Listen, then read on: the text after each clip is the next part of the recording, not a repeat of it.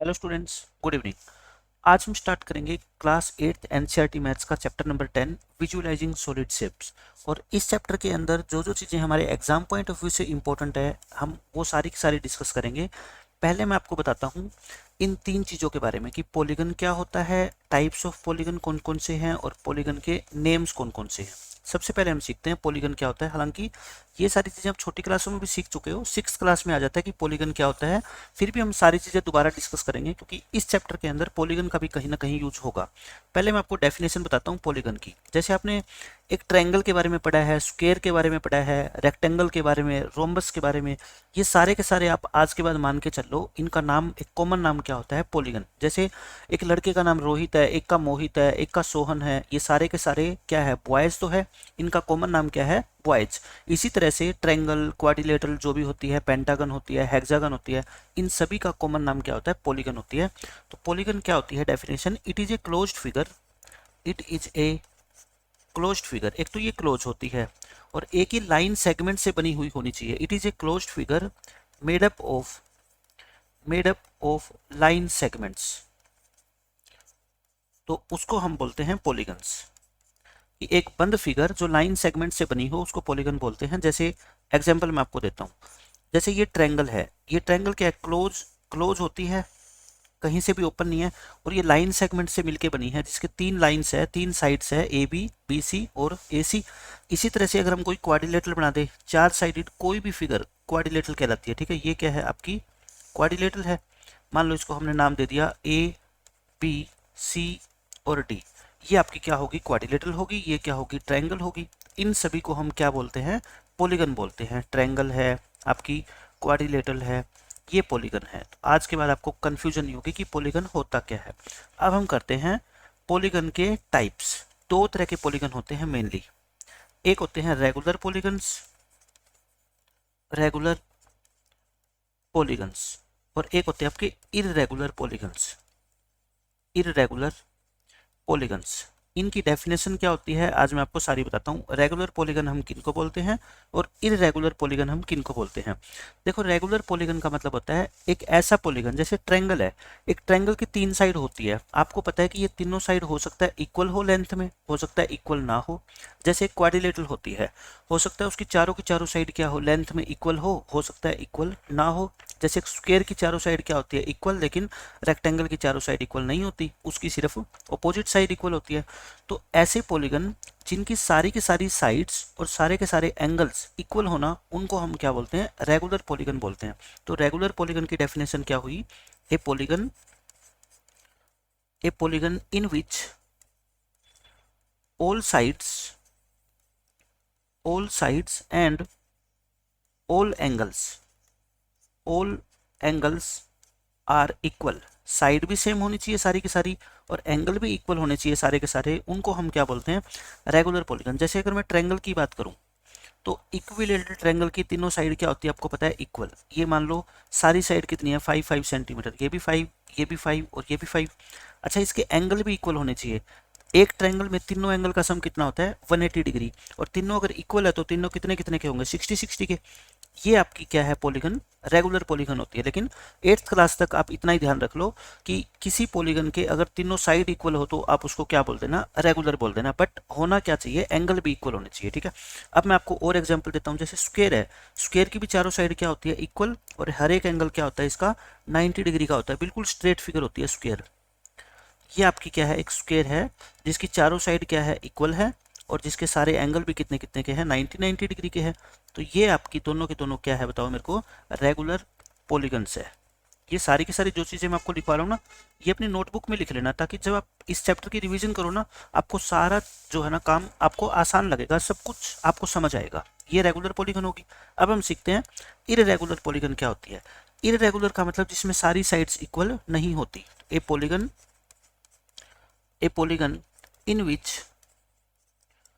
in which all sides are not equal, all sides are not equal।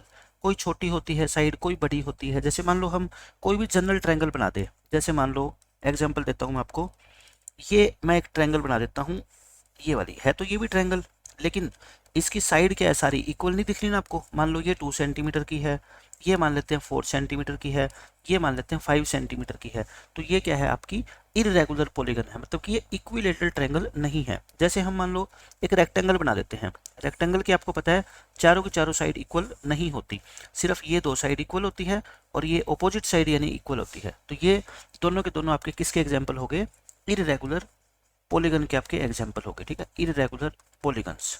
तो regular irregular के बारे में मैंने आपको सब कुछ बता दिया। फिर आपके आते हैं नेम्स ऑफ पॉलीगन। अब ये बहुत इंपॉर्टेंट है कि पॉलीगन के जो है ना नेम क्या क्या होते हैं और कैसे इनके नाम पड़े। तो नेम्स ऑफ पॉलीगन है ना, वो इनकी नंबर ऑफ साइड्स के हिसाब से पढ़ते हैं। जैसे ट्रायंगल की कितनी साइड होती है 3, क्वाड्रिलेटरल की कितनी साइड होती है 4, पेंटागन की कितनी साइड होती है 5। जो जितनी साइड उसके अकॉर्डिंग इसको एक नया नाम हमने दे दिया। मैं यहाँ पे लिख रहा हूँ, एक टेबल बना रहा हूँ, यहाँ पे मैं क्या लिख रहा हूँ, number of sides, number of sides, और यहाँ पे मैं क्या लिख रहा हूँ, name of polygon, name of polygon, यानी कि कितनी साइड है और उस पॉलीगन का फिर क्या नाम होगा वो आपको मैं एक टेबल के हिसाब से समझाता हूँ। देखो साइड कम से कम कितनी साइड होती है पॉलीगन में 3। आप हमेशा ध्यान रखना एटलीस्ट पॉलीगन के अंदर कितनी साइड होती है, कम से कम 3। दो साइड से कोई भी बच्चा पॉलीगन नहीं बना सकता। जैसे एक साइड ये एक साइड ये, आप कहोगे इसको क्लोज कैसे करोगे, क्लोज तो हम कर ही नहीं सकते, तो वो पॉलीगन नहीं होती। कम से कम साइड्स कितनी होगी 3, 3, 4, 5, 6, 7, 8, 9, 10। ज़्यादा से ज़्यादा कितनी साइड होगी कोई लिमिट नहीं है। चाहे आप 1000 साइड वाला पॉलीगन बना लो, चाहे 1,00,000 वाला बना लो, ज़्यादा की कोई लिमिट नहीं है। लेकिन 10 साइड तक जो पॉलीगन होते हैं ना, उनके हमारे को नाम पता है। बाकी 11 वाले 12 वाले 10 से ऊपर जितने भी पॉलीगन होते हैं ना, उनका स्पेशल नाम नहीं होता कोई भी, उनको बस हम क्या बोलते हैं, पॉलीगन ही बोलते हैं, ठीक है। तो 3 साइड वाले किसी भी पॉलीगन को आपको पता है, बचपन से आप सीखते आ रहे हो, उसको क्या बोलते हैं, ट्रायंगल बोलते हैं, ट्रायंगल। ट्राई, ट्राई का मतलब ही होता है 3, है ना, तो इसी नाम इसी बेस के ऊपर इसका नाम ट्रायंगल हो गया। क्वाड्रिलेटरल, 4 वाले को क्या बोलते हैं हम, क्वाड्रिलेटरल बोलते हैं। तो पेपर में आपसे पूछा जा सकता है कि 4 साइड वाली शेप को या 4 साइड वाले पॉलीगन को हम क्या बोलेंगे, क्वाड्रिलेटरल बोलेंगे। 5 वाले को हम क्या बोलते हैं, पेंटागन। ये नाम आपको याद रखने हैं, ठीक है, पेंटागन बोलेंगे। 6 साइड वाले पॉलीगन को हम क्या बोलेंगे, हेक्सागन, हेक्सागन। अच्छा, गन गन गन नाम सुन के कई बच्चे ना GUN स्पेलिंग लिख सकते हैं, ये GON है, इस पे फोकस करना, ठीक है, हेक्सागन। 7 साइड वाले को, इसको बच्चे भूल जाते हैं तो इसको स्टार लगा लेना, ठीक है, इसको बच्चे नाम याद नहीं रख पाते, हेप्टा होता है ये, हेप्टागन। 7 साइड वाला जो पॉलीगन होता है उसको क्या बोलते हैं, हेप्टागन। 8 साइड वाला जो पॉलीगन होता है उसको बोलते हैं ओक्टागन, ओक्टागन। 9 साइड वाला जो पॉलीगन होता है उसको हम बोलते हैं नोनागन, NONA, नोना, GON, गन। 10 साइड वाले को हम बोलते हैं डेकागन, DECA, डेका, और GON, डेकागन, ठीक है। तो ये मैंने आपको सारे नाम बता दिए कि कितनी साइड होगी पॉलीगन के, तो उसके कितने जो है उसका नाम क्या होगा। अब मैं आपको शेप दिखा देता हूँ। देखो ये शेप है, आपने सबने देखी होगी, ये ट्रायंगल है, इसकी कितनी साइड है 3। ये क्वाड्रिलेटरल है, कितनी साइड आपकी 4। ये पेंटागन है, कितनी साइड है 5। ये हेक्सागन है, 6 साइड है ना। ये आपकी हेप्टागन है, कितनी साइड है इसकी, काउंट करो 7। कौन सी, 1, 2, 3, 4, 5, 6, 7।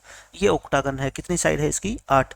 ये नोनागन है, 9 साइड, और ये डेकागन है आपकी कितनी, 10 side.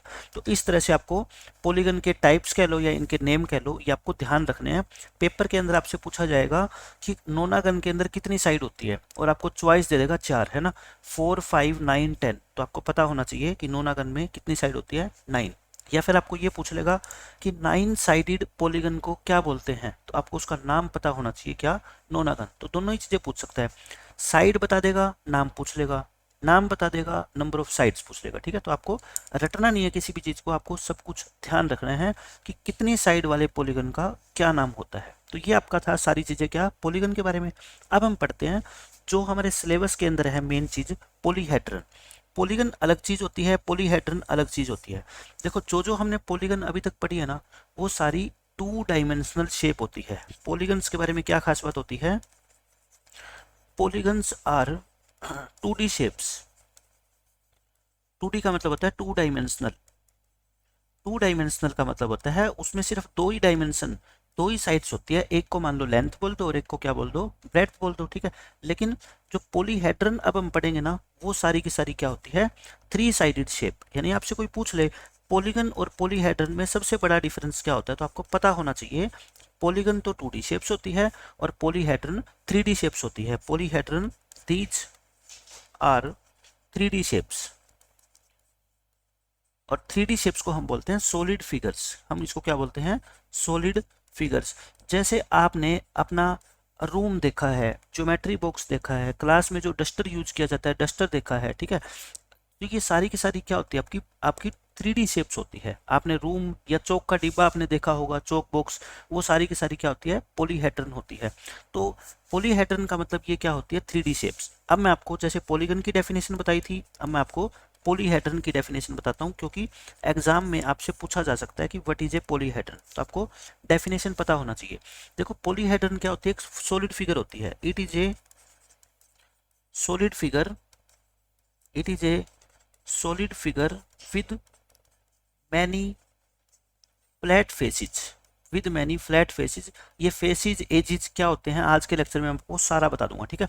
with many flat faces and straight edges and straight edges। अभी तो मैं आपको सिर्फ डेफिनेशन समझा रहा हूँ, जब आपको मैं फेस, एज, वर्टिसेस के बारे में बताऊंगा तो ये आपको डेफिनेशन बिल्कुल आसानी से याद हो जाएगी। जिसमें क्या होते हैं?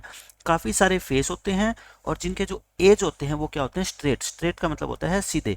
जो लाइनें होती हैं इनकी वो क्या होती है? बिल्कुल सीधी होती है। आपको मैं जनरल सा एग्जाम्पल देता हूँ कि पॉलीहेड्रन का एक, आप सोचो कि एग्जाम्पल दो हमारे को। मैं कहता हूँ आप सब ने चौक बॉक्स तो देखा ही होगा, है ना। वो चौक बॉक्स, आपकी जो ज्योमेट्री है आपने देखी है, वो क्या होती है? सारी की सारी पॉलीहेड्रन होती है। तो चौक बॉक्स मैं ऐसे बना देता हूँ, जो क्यूब की शेप में होता है, जिसकी तीनों साइड लेंथ, ब्रेड्थ और हाइट क्या होती है? इक्वल होती है। तो ये हम क्या बना देते हैं? चौक बॉक्स बना देते हैं। ये एग्जाम्पल है किसका? पॉलीहेड्रन का। ताकि आपके माइंड में ये तो रहे ना कि पॉलीहेड्रन की डेफिनेशन तो रट ली, लेकिन पॉलीहेड्रन आम जिंदगी में किसको बोलते हैं? ये क्या है? It is a cube, it is a, हम बोल देते हैं चौक बॉक्स बोल देते हैं इसको, ठीक है। It is a Chowk box, और जिसकी शेप कैसी है? क्यूब के जैसी है। और इसी को हम बोलते हैं it is a polyhedron, it is a polyhedron. इसके फेसिस, क्यूब के फेसिस मैंने आपको बताया हुआ है ना, कितने फेस होते हैं क्यूब के? 6। जैसे आपके कमरे के कितने फेस है? 6 फेस है। 4 तो दीवारें और एक फर्श और एक उसकी छत, ये सारे के सारे क्या कहलाते हैं? इसके फेस कहलाते हैं, ठीक है। जैसे कि मान लो आपके गत्ते, आपके पास कार्डबोर्ड के टुकड़े हैं, आपको कितने टुकड़े लेने पड़ेंगे एक बॉक्स बनाने के लिए? 6 टुकड़े लेने पड़ेंगे। एक तो सबसे नीचे लगाओगे, 4 फिर उसकी दीवारें बनाओगे, और एक उसका टॉप, उसको बंद करने के लिए, है ना। तो ये क्या होती है? आपकी पॉलीहेड्रन होती है। आज तक तो आपने पढ़ा है सिर्फ पॉलीहेड्रन में, क्यूब पढ़ लिया, क्यूबॉइड पढ़ लिया, लेकिन अब 8th क्लास में हम कुछ और स्पेशल पॉलीहेड्रन के बारे में पढ़ेंगे, जिनके नाम होते हैं, एक का प्रिज्म और एक का पिरामिड। और इसके ऊपर पेपर में क्वेश्चन आपके पूछे जाएंगे, ठीक है। जैसे मैंने ये दिखा रखा है, ये प्रिज्म है, ये आपका जो है ना पिरामिड है, ये आपका क्यूब है। इन सभी को क्या बोलते हैं? हम पॉलीहेड्रन बोलते हैं। अभी एक एक चीज़ के बारे में मैं आपको बताऊंगा कि प्रिज्म क्या होता है, पिरामिड क्या होता है, इनकी प्रॉपर्टी क्या है, इनके नाम अलग अलग कैसे होते हैं, सब कुछ आपको आज के लेक्चर के बाद पता लग जाएगा, ठीक है। अब देखो, सबसे पहले मैं कहता हूँ आपको पता होना चाहिए फेसिस, वर्टिसेस और एजिज ऑफ ए पॉलीहेड्रन। कोई भी पॉलीहेड्रन, उसके मैं आज आपको बताता हूँ फेस किसको बोलते हैं, एज किसको बोलते हैं, और आपको वर्टिसेस किसको बोलते हैं। आप जिस कमरे में अभी बैठे हो उस कमरे को ध्यान से देखो, उसके अंदर सबसे पहले मैं बताता हूँ क्या फेसिस। फेसिस क्या होते हैं? मैं सिंपल भाषा में बात करता हूँ जो हर बच्चे को समझ आएगी। फेसिस होते हैं आपकी 4 तो दीवारें यानी कि 4 वॉल्स, प्लस आपका फ्लोर जो फर्श है, और प्लस आपकी रूफ जो क्या है? छत है। वॉल्स यानी कि दीवारें, 4 दीवारें हैं, एक फर्श है, और एक क्या है? छत है। इन 6 के 6 फेस सरफेस को हम क्या बोलते हैं? फेसिस बोलते हैं। कितने फेस हो गए? ये 6 फेस हो गए। किसके? हम किसकी बात कर रहे हैं? रूम की बात कर रहे हैं अभी, ठीक है। यानी कि रूम आपका क्यूब की शेप में भी हो सकता है और क्यूबॉइड में भी। लेंथ, ब्रेड्थ, हाइट तीनों इक्वल हो तो वो क्यूब कहलाता है, और तीनों इक्वल ना हो तो वो क्या कहलाता है? क्यूबॉइड कहलाता है, ठीक है। पहले मैंने क्या कह दिया? फेस। अब जैसे ये चौक का डिब्बा बना हुआ है, इसके, या फिर ये बॉक्स बना हुआ है, इसके फेस कितने हैं? 6 है ना। एक नीचे वाला, ये वाला, एक ऊपर वाला ढक्कन ये, और 4 साइडों में। देखो साइडों वाले कौन से हैं? एक तो ये, एक ये, एक ये सामने लगा हुआ है ना, एक सामने जो दिखाई नहीं रहा, और एक इसके पीछे बैक साइड में, यहाँ पे जो लगा हुआ है बैक साइड में। तो ये 6 क्या है? इसके फेस है। फेस पता लग गया आपको। फिर मैं बताता हूँ इसके वर्टिसेस। वर्टिसेस को हम बोलते हैं कॉर्नर्स, कॉर्नर पॉइंट बोलते हैं इसको। क्या बोलते हैं हम? Corner points. आप अपने कमरे में ध्यान से देखो, कॉर्नर के अंदर आप फर्श के ऊपर देखो, फर्श के ऊपर आपको कितने कोने नजर आएंगे, कॉर्नर्स नजर आएंगे, 4 है ना, 4 कॉर्नर आप ध्यान से देखोगे तो। और ऐसे ही आप अब छत पे देखो, छत के ऊपर ऐसे आपको कितने कॉर्नर नजर आ रहे हैं, 4 नजर आ रहे हैं। तो आपके वर्टिसेस कितने होंगे, ये 8। 8 कौन कौन से, 4 ऑन द फ्लोर, 4 तो फ्लोर के ऊपर आपको नजर आ रहे हैं। मैं आपको कोई भी चीज रटवाऊंगा नहीं, आपको फिगर दिखा दिखा के बताऊंगा कि ये वर्टिसेस है इसके, ठीक है। 4 तो फ्लोर पे नजर आ रहे हैं और 4 ऑन दी रूफ, 4 आप अपनी छत की तरफ देखो, कॉर्नर, कॉर्नर के अंदर कोनों में आपको 4 पॉइंट नजर आएंगे। इस बॉक्स की अगर मैं बात करूं तो देखना, एक ये रहा कोना, कोने कोने सिर्फ 2, एक यहाँ पे है 3, एक यहाँ पे है 4, है ना, ये 4 हो गए। और यही 4 ऐसे ही ऊपर मिलेंगे, एक ये रहा, एक ये, एक ये और एक ये, ठीक है। इसके कितने कॉर्नर है बताओ, ये 8 कॉर्नर है। अब बात आती है किसकी, एजिज। एजिज, एजिज का मतलब हिंदी में होता है किनारे, ये क्या होता है, किनारे। अब आप अपने कमरे में देखो, आप फर्श की तरफ नजर करो, आपका जो कमरे का फर्श है उसकी एक लेंथ है और एक क्या है, ब्रेड्थ है। एक क्या लेंथ और एक क्या है, ब्रेड्थ। एक लेंथ की जो लाइन खिंची हुई है कॉर्नर के, एक कॉर्नर से दूसरे कॉर्नर को जो मिला रही है, देखो आपको मैंने अभी पिछले क्वेश्चन में क्या बताया, वर्टिसेस, एक वर्टिसेस और दूसरा वर्टिसेस, दोनों को ध्यान से देखो, और उन दोनों को एक लाइन, एक स्ट्रेट लाइन ज्वाइन करती है ना, एक ये कॉर्नर है, एक ये, इन दोनों को ये स्ट्रेट लाइन क्या कर रही है, ज्वाइन कर रही है। इस स्ट्रेट लाइन को ही हम क्या बोलते हैं, एज बोलते हैं। तो आप ये बताओ मेरे को, फर्श के ऊपर ऐसे कितने एज आपको नजर आ रहे हैं, 4। देखो आप, एक लेंथ, एक ब्रेड्थ, और एक लेंथ के सामने वाली लेंथ और एक ब्रेड्थ के सामने वाली ब्रेड्थ, 4 लाइनें होगी। ऐसे आप छत पे देखो, ऐसी 4 लाइनें क्या है, देखो छत के ऊपर खिंची हुई है। और एक आप जो है ना कमरे की दीवारों को देखो, बिल्कुल बीचों बीच ये वाली जो लाइन है ना, ये वाली लाइन, ये भी तो क्या है, खिंची हुई है ना, जो इसको और इसको, दोनों के दोनों जो वर्टिसेस है उनको ज्वाइन कर रही है। वर्टिसेस को ज्वाइन करने वाली लाइन को ही हम क्या बोलते हैं, एज बोलते हैं। यानी कि एज को अगर सिंपल भाषा में हम कहें तो क्या होता है, ये वर्टिसेस को ज्वाइन करने वाली लाइन सेगमेंट्स है ये, ठीक है, समझ गए आप। तो ये आप टोटल बताओ मेरे को, कमरे की अगर मैं बात करूं तो कितने एज है, आप कहोगे जी 4 तो छत पे है, 4 फर्श पे है और 4 दीवारों पे खिंचे हुए हैं, तो मतलब 4 + 4 + 4 कितने हो गए, ये आपके एजिज 12 हो गए, ठीक है। कौन कौन से 12 हो गए मैं आपको इस डायग्राम में बताता हूँ। देखो 4 ये नीचे, देखो नीचे वाला जो बेस है ना, एक ये यहाँ पे भी मिलेगा, और एक ये हो गया, और एक ये हो गया। समझ गए आप 4 कौन से हैं नीचे। अब ऊपर 4 कौन से हैं, देखो रेड कलर में बना रहा हूं मैं, एक ये, एक ये, एक ये वाला और एक ये वाला, 8 हो गए। अब आप कहोगे दीवारों वाले कौन से, मैं कहता हूँ दीवारों वाले देख लो, एक ये रहा, एक ये रहा, एक ये है, और एक इस पॉइंट से जाके नीचे मिलेगा जाके, है ना, जो हमारे को दिखाई नहीं दे रहा, ठीक है, देखो यहाँ पे मिला हुआ है, ये यहाँ से ऊपर जाके ऐसे, एक ये है। तो ये टोटल कितने होते हैं, 12 वर्टिसेस होते हैं। लेकिन हर एक पॉलीहेड्रन के 12 नहीं होते, ठीक है, ये पॉलीहेड्रन अलग अलग होती है। अभी तो हम किसकी बात कर रहे हैं, ये दोनों तो सिर्फ क्या है आपके क्यूब एंड क्यूबॉइड, यानी कि क्यूब और क्यूबॉइड की अगर मैं बात करूं तो इसके फेसेस कितने होते हैं, 6, और वर्टिसेस कितने होते हैं, 8, और एजेस कितने होते हैं आपके, 12। आगे जैसे जैसे ये लेक्चर आगे बढ़ेगा मैं आपको सारे के सारे याद करने का एक आसान तरीका बताऊंगा कि किसी भी पॉलीहेड्रन के आपको याद करने हो, फेसेस कितने होते हैं, एजेस कितने होते हैं, वर्टिसेस कितने होते हैं, बस आपको आसानी से पता लग जाएगा। लेकिन आपको नाम, जैसे फेस, मैंने फेस कह दिया तो तुरंत आपके दिमाग में इमेज बन जानी चाहिए कि फेसिस का क्या मतलब होता है। फेसिस का मतलब होता है दीवारें और उसका एक टॉप यानी कि छत और एक फर्श यानी कि बेस, ठीक है। ये मैं जैसे ही कहूँ कॉर्नर्स, कॉर्नर्स का मतलब कोने यानी कि वर्टिसेस, तो आपको पता होनी चाहिए 4 वर्टिसेस नीचे होते हैं, 4 ऊपर, 8 हो गए।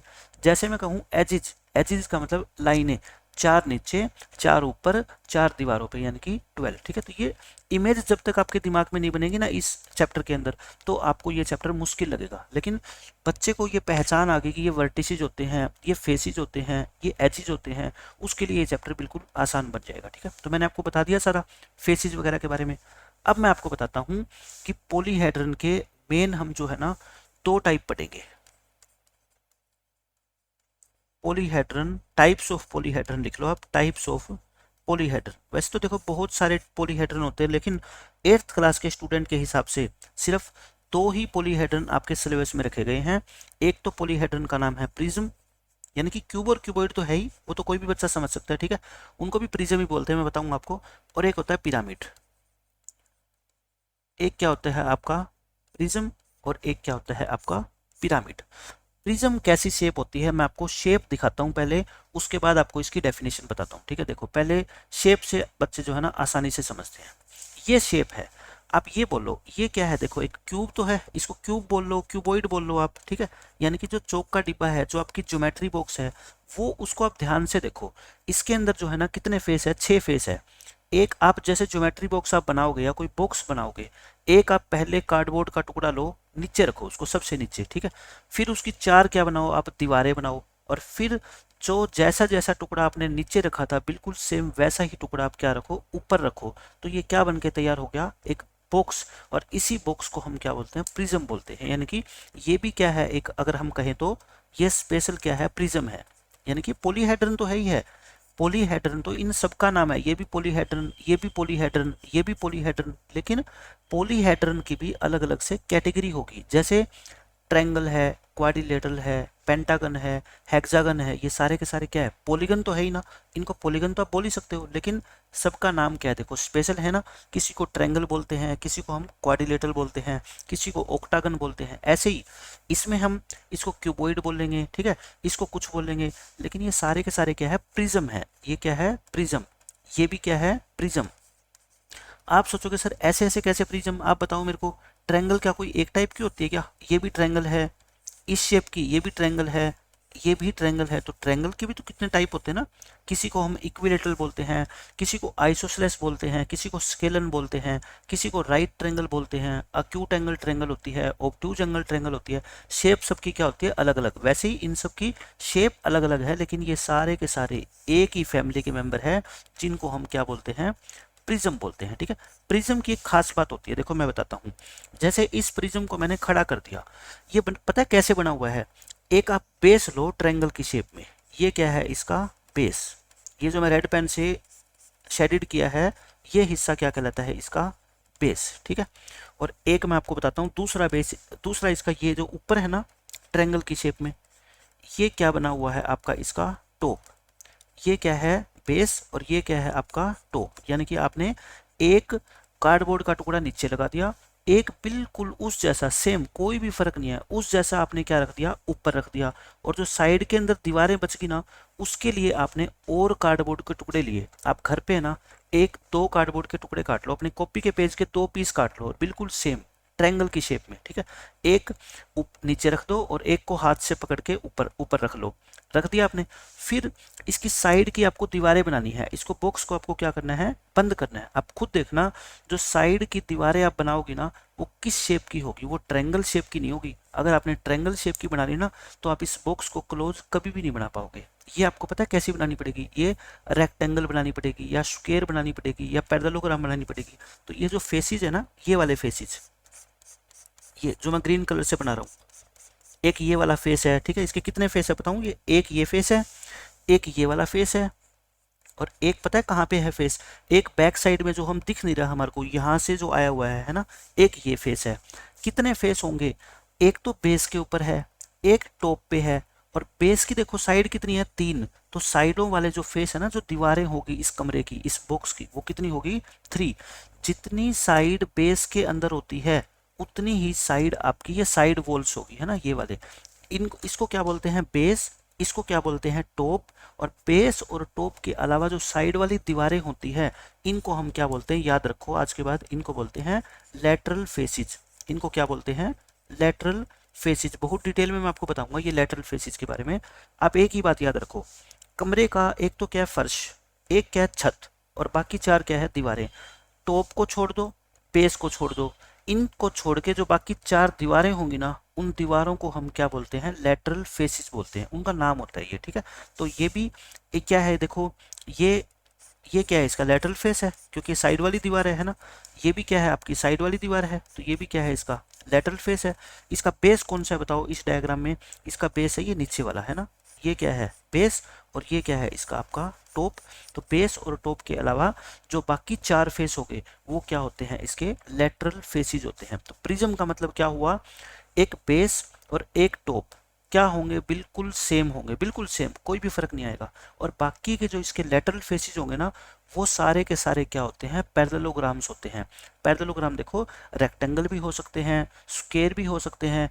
रेक्टेंगल को, स्क्वायर को, इन सभी को पैरेललोग्राम तो बोल ही बोल सकते हैं, ठीक है।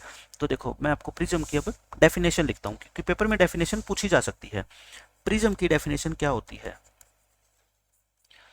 क्या लिखेंगे, it is a solid figure, ये सॉलिड फिगर होती है, यानी पॉलीहेड्रन तो होती है ये। It is a solid figure in which base and top, इसका जो बेस होता है और टॉप होता है वो क्या होते हैं, बिल्कुल सेम होते हैं। Base and top are same and, और बाकी इसके अलावा, बेस और टॉप के अलावा जो साइड की दीवारें बच गई, वो पता है क्या होती है, सारी की सारी वो पैरेललोग्राम्स होती है। एंड ऑल अदर, और उनको क्या बोलते हैं, lateral faces. All other lateral faces are parallelograms. देखो इतनी सारी चीजें हैं ना इस चैप्टर के अंदर, अगर इसको याद रखने की कोशिश करोगे तो याद नहीं होगी, रट्टा मारोगे तो, लेकिन इमेज बनाओगे अपने दिमाग के अंदर और इमेज का नाम याद रखोगे। जैसे क्लास में अगर आपके 100 बच्चे भी है ना, आपको पता है 10 दिन में, 15 दिन में उन 100 के 100 बच्चों के आपको नाम याद हो जाते हैं। क्यों?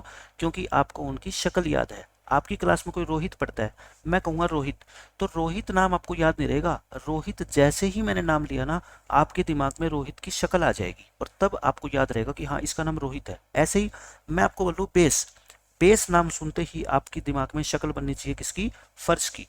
मैं बोलूँ टॉप, टॉप नाम सुनते ही आपके दिमाग में किसकी शक्ल बनेगी, छत की। मैं बोलूँ लेटरल फेसिस, लेटरल फेसिस नाम सुनते ही आपके दिमाग में आना चाहिए जो कमरे की 4 दीवारें होती है उनको क्या बोलते हैं, लेटरल फेसिस बोलते हैं। इस तरह से आप चीज़ों को पढ़ोगे ना, लंबे टाइम तक याद रख पाओगे। सिर्फ लेटरल फेसिस पढ़ोगे कि कमरे के लेटरल फेसिस 4 होते हैं, तो आज याद है कल फिर भूल जाओगे आप, है ना। तो एग्जाम के अंदर आपको बार बार रिवीजन करनी पड़ेगी। तो मैं कहता हूँ इमेज याद रखो। लेटरल फेसिस का मतलब क्या होता है बताओ, कमरे की 4 दीवारें, कमरे की जो 4 वॉल्स होती है ना, उनको क्या बोलोगे आज के बाद आप, लेटरल फेसिस बोलोगे उस रूम के, ठीक है। तो ये बाकी सारे के सारे फेसिस क्या होते हैं इसके, पैरेललोग्राम। और बेस और टॉप क्या होता है, सेम। अच्छा अब आप पूछोगे सर बेस और टॉप कैसे हो सकते हैं, मैं कहता हूँ बेस और टॉप कोई भी पॉलीगन हो सकते हैं। जो इसके बेस और टॉप, ये हमने क्या कहा बताओ, बेस और टॉप कैसे होते हैं, ये लिख लो आप। बेस और टॉप कैसे होते हैं, ये मैं आपको लिखवा देता हूँ। ये कोई भी पॉलीगन हो सकते हैं। these may be any polygon, any polygon का मतलब ट्रायंगल की शेप में भी हो सकते हैं ये, ठीक है। ये आपके क्वाड्रिलेटरल की शेप में भी हो सकते हैं, ये आपके पेंटागन की शेप में भी हो सकते हैं, अभी मैं डिटेल में बताऊंगा। लेकिन जो साइड वाली दीवारें होती है ना, वो सिर्फ और सिर्फ क्या हो सकती है, पैरेललोग्राम्स। पैरेललोग्राम्स का मतलब वो रेक्टेंगल भी हो सकती है, वो स्क्वायर भी हो सकती है, ठीक है। वो क्या हो सकती है आपकी, रेक्टेंगल की शेप में भी हो सकती है, वो स्क्वायर की शेप में भी हो सकती है। लेकिन बेस जरूरी नहीं है कि वो स्क्वायर हो, बेस तो ट्रायंगल भी हो सकता है, ठीक है। दीज में बी एनी पॉलीगन, यानी कि base and top are same. देखो ये सेम तो होते हैं, यानी कि नीचे अगर ट्रायंगल हो तो ऊपर भी क्या होगी, वैसी की वैसी ट्रायंगल लेनी पड़ेगी। Base and top are same, these में बी, वो क्या क्या हो सकते हैं मैं बताता हूँ। दीज में बी ए ट्रायंगल, वो ट्रायंगल भी हो सकते हैं, वो क्वाड्रिलेटरल भी हो सकते हैं, वो पेंटागन भी हो सकते हैं, यानी कि कोई भी पॉलीगन हो सकता है। और पॉलीगन के बारे में तो मैं आपको बता ही चुका हूँ कैसे कैसे पॉलीगन होते हैं। तो ये प्रिज्म की आपकी क्या हुई डेफिनेशन। तो प्रिज्म का नाम याद आते ही आप क्या याद रखोगे, बेस और टॉप सेम, और बाकी साइड वाली जो दीवारें होती है वो क्या होती है, लेटरल फेसिस, और वो क्या होते हैं, पैरेललोग्राम। और सारी की सारी एक जैसी होती है दिखने में, ठीक है। ये हो गया आपका प्रिज्म के बारे में। ये मैंने आपको प्रिज्म के क्या दे दिए, एग्जाम्पल दे दिए। ये भी क्या है आपका, प्रिज्म है। ये पेंटागनल प्रिज्म है। इसके देखो बेस के अंदर कितनी साइड है, एक, मैं आपको गिनवाता हूँ, है ना, रेड पेन से बताता हूँ मैं। ये आपकी एक साइड होगी, बेस की बात कर रहा हूँ। ये 2 साइड होगी, एक ये 3 साइड होगी आपकी, और ये 4 साइड होगी, और ये 5 साइड होगी। इस बेस के अंदर कितनी साइड है, 5। और मैंने कहा था जितनी साइड बेस में होती है उतनी क्या होती है टॉप में। देखो 1, फिर यहाँ पे ये 2, ये 3, और ये 4, और ये क्या होगी 5, ये होगी। अच्छा अब मैंने कहा कि बेस में कितनी साइड है, देखो 5 साइड है। बेस में कितनी साइड है, 5। तो अब मैं आपको एक बात बताना चाहता हूँ, अगर बेस में 5 साइड है ना, तो इसकी जो साइड वाली दीवारें हैं ना, जैसे कमरे में साइड की दीवारें कितनी होती है, 4। क्यों? क्योंकि इसका जो बेस है ना वो उसके अंदर 4 साइड्स होती है। ऐसे इसमें बेस में अगर 5 साइड होगी ना तो साइड वाली कितनी दीवारें होंगी बताओ, 5 ही होगी। ठीक है, साइड वॉल्स, मैं क्या लिख रहा हूँ यहाँ पे, साइड वॉल्स, वो भी कितनी होगी आपकी, 5। ठीक है, वो भी 5 होगी पक्का 100%। बस आप मेरी ये बात याद रख लो। अब मैं गिनवाऊँ आपको कि कौन कौन सी 5 वॉल्स होती है। देखो ये डायग्राम में ऐसे नहीं दिखा सकते क्योंकि 3D शेप है ना, लेकिन फिर भी मैं आपको बता दूंगा। एक दीवार ये होगी साइड में जो लगी हुई है, एक दीवार आपकी ये होगी ऐसे, ये जो साइड में लगी हुई है कितनी होगी, 2। एक दीवार आपकी बिल्कुल फ्रंट वाली है, वो मैं बाद में बनाऊंगा। ठीक है, एक पीछे की देखो, ये वाली दीवार दिख रही है आपको, ये वाली दीवार है ना, ये पूरी यहाँ तक पूरी है ये, एक ये दीवार होगी। एक चौथी दीवार बनाए, एक एक ये वाली दीवार है ना। आप कहोगे जी पांचवी कौन सी रहेगी, पांचवी पता है कौन सी रहेगी, जो बिल्कुल आपके सामने ये वाली दीवार, ये कौन सी होगी, पांचवी। ये 5 दीवारें आप लगाओगे ना तब जाके ये बॉक्स बंद होएगा। ठीक है, एक बेस, एक टॉप और 5 कौन सी होगी आपकी, साइड वॉल्स होगी। तो मैं आपको यही बताना चाहता हूँ, जितनी बेस में साइड होती है ना उतनी ही साइड वॉल्स होती है। यानी कि लिख लो आप इसको स्टार बना के, जितनी साइड्स बेस में होती है, जितनी साइड्स बेस में होती है उतनी ही साइड वॉल्स होती है। ठीक है, साइड वॉल्स मतलब कमरे की दीवारें। बस ये चीज़ आप इस तरह से याद रखोगे ना, आपको इस चैप्टर में कहीं पे भी कोई प्रॉब्लम मैं आने नहीं दूंगा। बेस में अगर मान लो आपसे कोई पूछ ले 6 साइड है, आप कहोगे साइडों में दीवारें कितनी होगी, 6 होगी। ठीक है, तो मेरे को आप ये बता दो कि इस प्रिज्म के, ये क्या है, एक प्रिज्म है। ठीक है, इस प्रिज्म के टोटल फेसिस कितने हैं? क्या कोई बच्चा है जो बता सकता है कि इसके टोटल फेसिस कितने हैं? Total number of faces. Faces कौन से होते हैं? जैसे ही फेसिस का नाम आए आपके दिमाग में अपने रूम की पिक्चर छाप लो, एक फर्श, एक छत, 4 दीवारें। ठीक है, लेकिन मैंने कहा था सिर्फ आपका कमरा ही तो प्रिज्म है नहीं, ये भी एक प्रिज्म है जो मैंने ये डायग्राम बना रखा है। इसमें बताओ फेसिस कौन कौन से बताओ। एक क्या है इसका, फ्लोर, इसको भी फ्लोर ही मान लो आप, है ना। एक क्या है इसकी, रूफ, छत है यानी कि टॉप। टॉप और रूफ के अलावा साइड में कितनी दीवारें हैं, मैंने क्या बताया था, टॉप में कितनी साइड साइड है, 5, तो साइड वाली दीवारें भी कितनी होगी, 5, प्लस में 5 साइड वॉल्स, प्लस में क्या है 5 साइड वॉल्स, तो कितनी होगी बताओ, 1 + 1 + 5, यानी कि इस कमरे के, इस पेंटागनल कमरे के 7 क्या है आपके फेस है। ठीक है, 7 कितने हैं फेस है। अब मैं बात करूं इसके वर्टिसेस कितने हैं, मैं बहुत आसान तरीका बताऊंगा। देखो आपको वर्टिसेस, वर्टिसेस क्या होते हैं, कॉर्नर। इसमें मैं कॉर्नर गिनाता हूं आपको, देखना नीचे कितने कॉर्नर है, एक ये रहा, एक यहाँ पे कॉर्नर है। ठीक है, एक यहाँ पे कॉर्नर है, एक यहाँ पे कॉर्नर है और एक यहाँ पे, ये 5 कॉर्नर नीचे है। ऐसे देखो ऊपर 1 2 3 4 और 5, 5 ऊपर है, तो वर्टिसेस कितने हो गए, 5 + 5 यानी कि 10।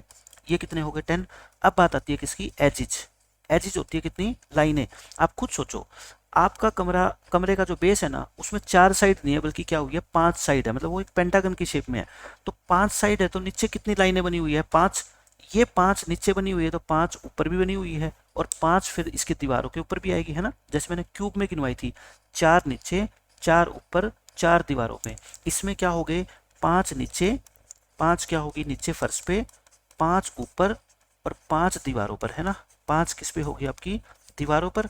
तो इसकी जो टोटल एजिज होगी वो कितनी होगी, 5 + 5 + 5 यानी कि 15। तो मैंने आपको बिल्कुल आसान तरीका बता दिया कि कैसे काउंट कर सकते हैं, बहुत ही आसानी से। ठीक है, ये कितने हैं आपके, देखो 5 है ना। साइड वॉल गिन लो, साइड वॉल कितनी, 5, या फिर आप ये कह दो बेस के अंदर साइड कितनी, 5। तो इसके वर्टिसेस कितने होंगे, 5 से डबल, और एजिस कितने होंगे, 5 का ट्रिपल, यानी कि 5 3 जा। वर्टिसेस कितने होंगे, 5 2 जा। फेसिस कितने होंगे, फेसिस मैंने आसान तरीका बता दिया, एक टॉप, एक बेस और 5 साइड वॉल, यानी कि 7 हो गए। ठीक है, इस तरीके से आप किसी भी पॉलीहेड्रन के आपसे पूछ ले फेसिस कितने होते हैं, वर्टिसेस कितने होते हैं और आपके एजिस कितने होते हैं, आप बता सकते हो। ठीक है, अब हम आगे बढ़ते हैं। Properties of A prism. Prism की क्या क्या प्रॉपर्टी होती है, वैसे मैंने डेफिनेशन के अंदर लिखवा दी, मैं फिर दोबारा बता देता हूँ आपको।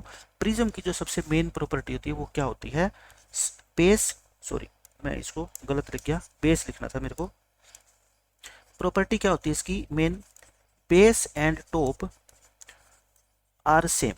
बेस और टॉप क्या होते हैं इसके, सेम। देखो इसके अंदर ये मैंने ओपन कर दिया, इस प्रिज्म को मैंने आपको ओपन करके दिखाया ताकि आप समझ सको। ये नीचे लगा देंगे बेस और ये बिल्कुल सेम ऐसा ही कहाँ लगा देंगे, टॉप पे लगा देंगे, मतलब इसको हमने एक क्लोज करना है, बॉक्स बनाना है।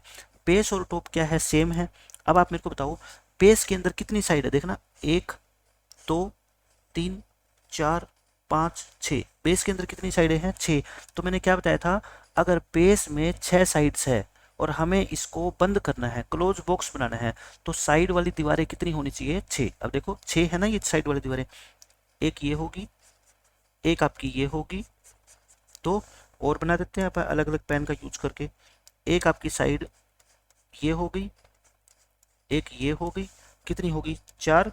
और एक आपकी साइड जो है वो ये हो जाएगी, और एक आपकी साइड ये होएगी। देखो इसको नीचे लगा दो, इसको, है ना, फिर इनको 6 की 6 दीवारों को फिट कर दो, ऐसे बंद कर दो, इसको क्लोज कर दो, ठीक है। और एक इसको फिर ऊपर लगा देना ढक्कन, आपका ये क्या बन जाएगा, बॉक्स बन जाएगा। और इस बॉक्स को क्या बोलेंगे, प्रिज्म बोलेंगे। तो इसका बेस और टॉप क्या होना चाहिए, सेम।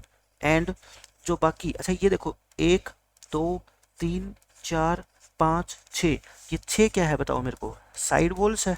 ये क्या है, साइड में वॉल्स है ना, दीवारें हैं। इन साइड वॉल्स को ही हम क्या बोलते हैं, लेटरल फेसिस बोलते हैं। ध्यान आ गया आपका, lateral faces. And lateral faces जो होते हैं इसके, लेटरल फेसिस आर पैरेललोग्राम्स। ये क्या होते हैं आपके, पैरेललोग्राम्स होते हैं, ठीक है। तो मैंने ये डेफिनेशन पहले भी लिखवा दी, और यही प्रॉपर्टी होती है किसकी, प्रिज्म की। अब जो मेन बात आती है, नेम्स ऑफ प्रिज्म। ये तो आप याद रख लो, बहुत इंपॉर्टेंट है और सबसे आसान, मोस्ट इजी। देखो प्रिज्म का नेम हम रखते किसके बेस पे है, मतलब क्या उसमें हम खास बात देखते हैं कि उस प्रिज्म को हम कभी बोल देंगे ट्रायंगुलर प्रिज्म है, कभी बोल देंगे स्क्वायर प्रिज्म है। जैसे ट्रायंगल के बहुत सारे नाम होते हैं, कोई इक्विलेटरल होती है, कोई स्केलन होती है, लेकिन हम कुछ तो उसके अंदर देखते हैं ना प्रॉपर्टी, कि ये स्केलन है या इक्विलेटरल है या आइसोसेलेस है। तो ऐसे ही प्रिज्म को हम क्या देखते हैं, प्रिज्म के बेस को देखकर, बेस को देखकर, मैं हर चीज़ आपको डिटेल में बता रहा हूँ, ये बुक में कहीं पे भी आपको लिखा नहीं मिलेगा, ठीक है। वहाँ पे आप रट सकते हो चीज़ों को, लेकिन लंबे टाइम तक अगर आपको याद रखना है ना उस चीज़, उसके हिसाब से मैं आपको बता रहा हूँ कि प्रिज्म के बेस को देखकर हम बता सकते हैं, हम बता सकते हैं कि उसका नेम क्या होगा, कि उसका नाम क्या होगा। बस ये एक आप लाइन लिख लो, सिर्फ बेस को देख के मैं बता दूंगा कि वो प्रिज्म जो है ना वो कैसा होगा। अच्छा, प्रिज्म का बेस कैसा हो सकता है, जैसे आपका कमरा है, आपके कमरे का बेस क्या है, एक क्वाड्रिलेटरल या फिर एक मान लो स्क्वायर है, ठीक है। आपके कमरे का बेस एक ट्रायंगल भी हो सकता है, आपके कमरे के बेस में 5 साइड यानी कि एक पेंटागन भी हो सकता है, आपके कमरे के बेस में 6 साइड यानी कि फर्श पे 6 साइड भी हो सकती है, वो हेक्सागन हो जाएगा। तो जैसा आपके कमरे का बेस होगा ना, वैसा आपके कमरे का क्या हो जाएगा, नाम हो जाएगा, ठीक है। अब बनाए हम नाम, अलग अलग से नाम देते हैं। देखो यहाँ पे हम क्या लिखते हैं, base, base of prism. Base का मतलब समझ गए, बेस का मतलब जब भी मैं बेस कहूँ ना, इसका मतलब आप याद रख लो, आपके कमरे का फर्श की बात कर रहा हूँ मैं, ठीक है। बेस ऑफ प्रिज्म, प्रिज्म का बेस कैसा होगा, और उसके हिसाब से मैं कहूँगा उस प्रिज्म का नेम कैसा होगा। क्योंकि मैंने अभी क्या बताया था आपको कि बेस को देख के हम डिसाइड करेंगे कि उसको हम क्या नाम दें, ठीक है। यानी कि आप लिख लो, जैसा बेस, जैसा बेस वैसा नाम, जैसा बेस वैसा नेम, ठीक है। जैसे कहावत सुनी होगी ना, जैसा देश वैसा भेस, ये क्या है, जैसा बेस वैसा name, base name, base name, ऐसे। तो बेस आप कहोगे कि कम से कम जो छोटे से छोटा बेस हो सकता है वो क्या हो सकता है, ट्रायंगल। ट्रायंगल से कम 2 साइड वाला तो कोई हो ही नहीं सकता, तो बेस क्या हो सकता है आपका, ट्रायंगल हो सकता है। जो आपके सिलेबस में मैं उसकी बात कर रहा हूँ, ठीक है। आपका बेस एक स्क्वायर हो सकता है, आपका बेस क्या हो सकता है, एक ट्रायंगल हो सकता है, एक स्क्वायर हो सकता है। फिर हम बात करेंगे, आपका जो बेस हो सकता है वो एक पेंटागन हो सकता है, पेंटागन। फिर आपका बेस जो हो सकता है वो हेक्सागन हो सकता है, ये 4th नंबर नाम दे देते हैं हम इसको, ये इरेज करके हम इसको 4th नंबर ही दे देते हैं, हेक्सागन हो सकता है, ठीक है। बस ये 4 ही याद कर लो, यही आपके सिलेबस में है, और इन्हीं के ऊपर बेस्ड जो है ना बार बार से क्वेश्चन आपसे पूछे जाएंगे। अगर बेस एक ट्रायंगल है तो उस प्रिज्म का नाम होगा ट्रायंगुलर प्रिज्म, उसको क्या बोलेंगे, ट्रायंगुलर प्रिज्म, ट्रायंगुलर प्रिज्म। जिस प्रिज्म का बेस एक ट्रायंगल है उसको हम क्या बोलेंगे आज के बाद, ट्रायंगुलर प्रिज्म। जिसका बेस एक स्क्वायर है उसको हम क्या बोलेंगे, स्क्वायर प्रिज्म। उसको हम क्या बोल देंगे, स्क्वायर प्रिज्म। जिस प्रिज्म का बेस एक पेंटागन है उसको हम बोल देंगे, देखो पेंटागन लिख के पेंटागनल, पेंटागनल बोलते हैं, ठीक है। पेंटागनल GON लिख के और लास्ट में AL और लगा दो। मैं आपको इसको अलग पेन से लिख देता हूँ, AL, बस लास्ट में AL लगा दो तो ये पेंटागन से क्या बन गया, पेंटागनल। इसको हम बोलेंगे क्या, पेंटागनल प्रिज्म। ऐसे ही जिसका बेस एक हेक्सागन हो उसको हम क्या बोलेंगे, हेक्सागनल। हेक्सागनल की स्पेलिंग याद करने की जरूरत नहीं है, हेक्सागन लिख के और इसके पीछे क्या लगा देना, AL, क्या बन गया, हेक्सागनल। इसको हम क्या बोलेंगे, हेक्सागनल प्रिज्म। यानी कि प्रिज्म का जैसा बेस होगा ना वैसा ही उसका नाम होगा। अगर बेस ट्रायंगल है तो उसको बोलेंगे ट्रायंगुलर प्रिज्म, अगर बेस स्क्वायर है तो उसको बोलेंगे स्क्वायर प्रिज्म, अगर बेस पेंटागन है तो उसको पेंटागनल प्रिज्म, अगर बेस हेक्सागन है तो उसको हम क्या बोलते हैं, हेक्सागनल प्रिज्म। तो आई थिंक अब पेपर में क्वेश्चन आ गया कि एक ऐसा प्रिज्म है, there is a prism whose base is a square then it's name is, तो आप कह देना स्क्वायर प्रिज्म, ठीक है। हम कह दें पेपर में क्वेश्चन आ जाए कि a prism is hexagonal prism then its base has how many sides. आपको पता है अगर हेक्सागनल प्रिज्म है इसका मतलब उसका जो बेस है वो क्या होगा, एक हेक्सागन होगा, और हेक्सागन की साइड कितनी होती है, 6, ठीक है। तो आपको रटना नहीं है, हेक्सागन बेस है तो आपसे साइड पूछ ले बेस की तो फिर आप कह दोगे बेस तो हेक्सागन है और हेक्सागन की तो 6 साइड होती है, तो आपका आंसर कितना होएगा, 6 होएगा, ठीक है। इस तरह से कैसा भी क्वेश्चन पेपर में आपसे पूछ सकता है। तो प्रिज्म का आपको नाम पता लग गया। अब मैं आपको इसकी सबकी शेप दिखाता हूँ। देखो ये कैसा प्रिज्म है, आप खुद मेरे को देख के बताओगे कि ये प्रिज्म कैसा है। आप कहोगे सर इसकी जो बेस है वो क्या है, एक ट्रायंगल है, और जैसा बेस होता है वैसा ही टॉप भी होता है ना। तो ये कौन सा प्रिज्म है बताओ, एक ट्रायंगुलर प्रिज्म है। ये क्या है आपका, sorry, TRIANGULAR, triangular prism, PRISM। तो ये आपका कैसा प्रिज्म होगा बताओ, ट्रायंगुलर प्रिज्म। क्यों, क्योंकि इसका बेस क्या है, एक ट्रायंगल है। आप लिख लो बिकॉज, ताकि आपको याद रहे कि ट्रायंगुलर प्रिज्म क्यों बोल रहे हैं, because it's base is A triangle. इसका बेस एक ट्रायंगल है इसलिए हम इसको क्या बोलते हैं, ट्रायंगुलर प्रिज्म बोलते हैं, ठीक है। और मैं आपको शेप दिखाता हूँ, देखो ये है, ये बता दो मेरे को आपका कौन सा है, ये एक स्क्वायर प्रिज्म है, क्योंकि इसका जो बेस है ये वाला है ना, ये क्या है, एक स्क्वायर की शेप में ये बेस है और ये इसका टॉप है। मतलब इसको हम अगर इसी डायग्राम को हम खड़ा कर दें, है ना, खड़ा कर देंगे तो इसको क्या बोलेंगे हम, स्क्वायर प्रिज्म। इसको स्क्वायर प्रिज्म बोल रहे हैं। क्यों बोल रहे हैं, क्योंकि because it's base is a square. इसका बेस एक स्क्वायर है इसलिए हम इसको क्या बोल देंगे, स्क्वायर प्रिज्म बोल देंगे। और दिखाता हूं मैं, देखो ये कैसी शेप है बता दो, इसका बेस आपको कैसा दिख रहा है। आप कहोगे जी इसका बेस हमारे को पेंटागन दिख रहा है, पेंटागन की शेप में है। क्यों पता है, जैसा बेस होता है वैसा ही क्या होता है, टॉप। यहाँ पे देखना टॉप के अंदर कितनी साइड है, 1 2 3 4 5। तो नीचे भी तो क्या है, 5 साइड वाला है ना। ये बॉक्स आपको नजर आ गया होगा, देखो इसमें यहाँ 1 2 3 4 5, और पीछे भी जो ये बेस है 1 2 3 4 5, यहाँ पे भी 5 है। तो ये कौन से प्रिज्म है बताओ, ये है पेंटागनल। पेंटागन लिख के, पेंटागन लिख दो और AL लगा दो, पेंटागनल प्रिज्म। इसको क्या बोलेंगे हम, पेंटागनल प्रिज्म। मैं आपको शेप दिखा रहा हूँ साथ साथ में ताकि आपके दिमाग में छप जाए कि कैसा होता है पेंटागनल देखने में। ये because it's base is A pentagon, it's base is A pentagon. ये पेंटागन है इसलिए हम इसको क्या बोलते हैं, पेंटागनल प्रिज्म बोलते हैं, ठीक है। तो आपको क्लियर हो गया पेंटागनल प्रिज्म क्या होता है। अब आप आ जाओ हेक्सागनल प्रिज्म पे। देखो इसका बेस देख लो आप, इस फिगर का बेस और कितनी साइड है आप काउंट करके खुद ही बता दो। देखो कितनी है साइड, 1 2 3, ये पीछे वाली 4, ये 5 और ये 6 है ना। इसमें देखो ऊपर एक, मैं दूसरे पेन से कर देता हूँ, इसके अंदर जो है हम यहाँ पे बना देते हैं एक साइड, ये 2 साइड, ये 3, ये 4, ये 5, ये 6 है ना। तो नीचे भी क्या होगा, 6, ये डमरू जैसा है ना, डमरू जैसी शेप का। और यहाँ पे भी देखो ऊपर भी 6, 1 2 3 4 5 6। तो 6 साइड वाला जिसका बेस हो उसको हम क्या बोलते हैं, हेक्सागनल प्रिज्म। हेक्सागन लिख के और AL लगा दो, हेक्सागनल प्रिज्म। अच्छा इसका नाम हेक्सागनल क्यों है, क्योंकि इसके बेस में कितनी साइड है, 6 साइड। ये बार बार लिखा करो, अपने आप से क्वेश्चन पूछा करो। Because it's base has 6 sides, 6 side है, इसलिए इसका नाम पड़ा क्या, हेक्सागोनल प्रिज्म। क्यों? क्योंकि प्रिज्म का नाम हम किसको देख के करते हैं, उसके बेस को देख के। जैसा उसका बेस होगा वैसा ही उसका क्या होगा, नाम होगा। ठीक है, आई थिंक अब आपको प्रिज्म के नामकरण के बारे में कोई कंफ्यूजन नहीं रहा होगा बिल्कुल भी। ये हो गया आपका। अब हम करते हैं किसके बारे में बात, पिरामिड के बारे में। आपके सिलेबस में मेन पॉलीहेड्रन दो है, एक प्रिज्म एक पिरामिड।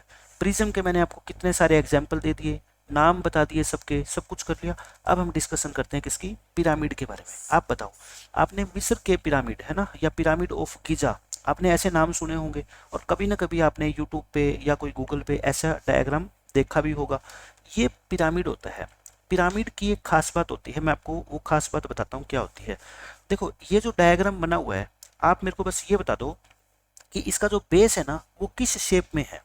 आप सारे बच्चे कहोगे कि बेस की जो शेप है ना वो लगभग लगभग एक स्क्वायर है ना। स्क्वायर मतलब 4 साइड। कैसी? देखो, एक साइड तो क्लियर दिख रही है मेरे को सामने से, एक साइड मेरे को इसकी ये दिख रही है, तो दिख नहीं रही पीछे की, लेकिन पीछे की साइड है कहाँ पे है पता है?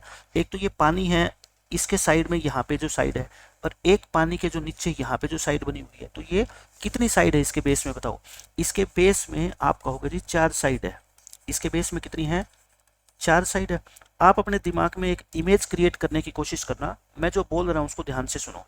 इसके बेस के अंदर 4 साइड है। आप क्या करो, अपने कॉपी का एक पेज लो और इसको स्क्वायर की शेप में काट लो, है ना, जिसकी चारों साइड क्या हो, इक्वल और बिल्कुल स्ट्रेट। काट लिया, उसको आप जमीन पे रख दो। उसको जमीन पे रख के अब आपने क्या करना है, 4 ट्रायंगल कट करनी है, बिल्कुल सेम 4 ट्रायंगल कट कर लो, और उन चारों साइड के ऊपर एक एक ट्रायंगल को रख के और उनको तिरछा कर दो, जैसे ये कर रखी है ना। 4 ट्रायंगल ही तो है, देखो, एक ये रही, एक ये रही, एक इसके बैक साइड में जो हमारे को दिखाई नहीं दे रही, और एक यहाँ पे जो हमारे को दिखाई नहीं दे रही, है ना। ये 4 ट्रायंगल को ऐसे खड़ा करके और ऊपर इसका पॉइंट से पॉइंट मिला दो। ये चारों ट्रायंगल इस पॉइंट पे आके मिलेगी, ठीक है। तो इस शेप को हम क्या बोलेंगे, पिरामिड। यानी कि देखो, प्रिज्म और पिरामिड में थोड़ा सा आपको क्या डिफरेंस नजर आया?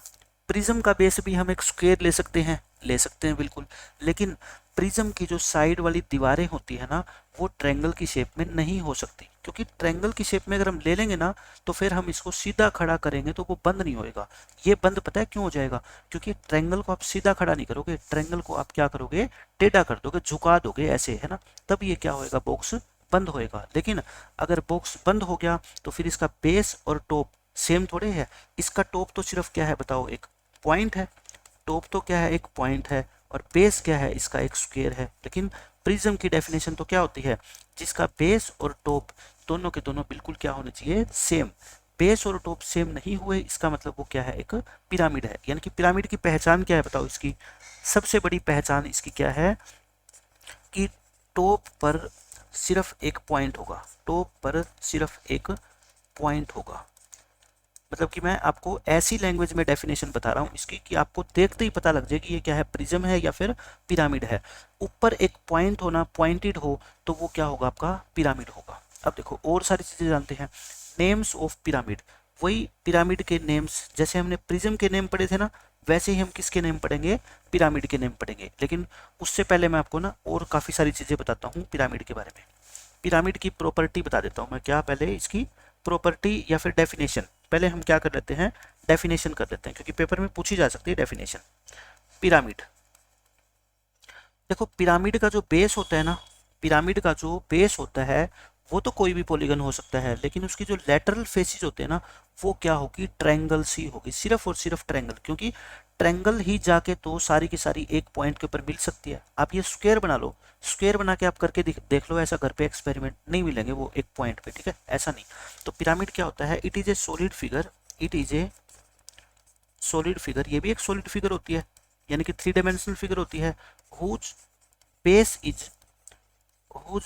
Is any polygon. जैसे देखो, यहाँ तक तो हमने प्रिज्म में भी लिखा था, यही डेफिनेशन है ना। बेस क्या होता है, कोई पॉलीगन होता है, लेकिन उसमें हमने लिखा था उसके जो लेटरल फेसिस होते हैं ना, वो क्या होते हैं, पैरेललोग्राम होते हैं। लेकिन यहाँ पे जो लेटरल फेसिस होंगे ना, वो पैरेललोग्राम नहीं, वो क्या होंगे, triangles. Whose base is any polygon but its lateral faces, इसके जो लेटरल फेसिस, साइड वाली दीवारें होंगी ना, वो क्या होगी, आर ऑल ट्रायंगल्स, वो सारी की सारी ट्रायंगल होगी। ऐसा नहीं होगा कि 4 फेस है साइड वाले, 2 ट्रायंगल होगी, 2 स्क्वायर होंगे, ऐसा नहीं, सारी की सारी क्या होगी, ट्रायंगल्स होगी। तो इसकी डेफिनेशन आपको पता लग गया। अब वही बात इसके नेम, प्रिज्म का नामकरण हम कैसे करते थे बताओ? आप कहते उसका बेस को देख के, जैसा बेस वैसा नेम। मैंने बताया था ना, जैसा बेस वैसा नेम। सेम कहानी पिरामिड के साथ है, इसका भी जैसा बेस वैसा ही क्या होगा, नेम। तो हम लिख देते हैं, वही मैं टेबल बना देता हूँ। एक तरफ मैं क्या लिख देता हूँ बताओ, बेस, है ना। एक तरफ मैं क्या लिख देता हूँ, बेस, और यहाँ पे मैं क्या लिख देता हूँ, नेम ऑफ पिरामिड। इस बेस का और पिरामिड का नाम के अंदर क्या रिलेशन है, वो आज के लेक्चर के बाद आप कभी भी कंफ्यूज नहीं होंगे। देखो, बेस क्या हो सकता है बताओ? इसका ट्रायंगल हो सकता है। बेस क्या हो सकता है इसका? एक ट्रायंगल हो सकता है। बेस इसका एक स्क्वायर हो सकता है। जो जो आपके सिलेबस में चीज़ें हैं वो आज मैं सारी क्लियर कर दूंगा।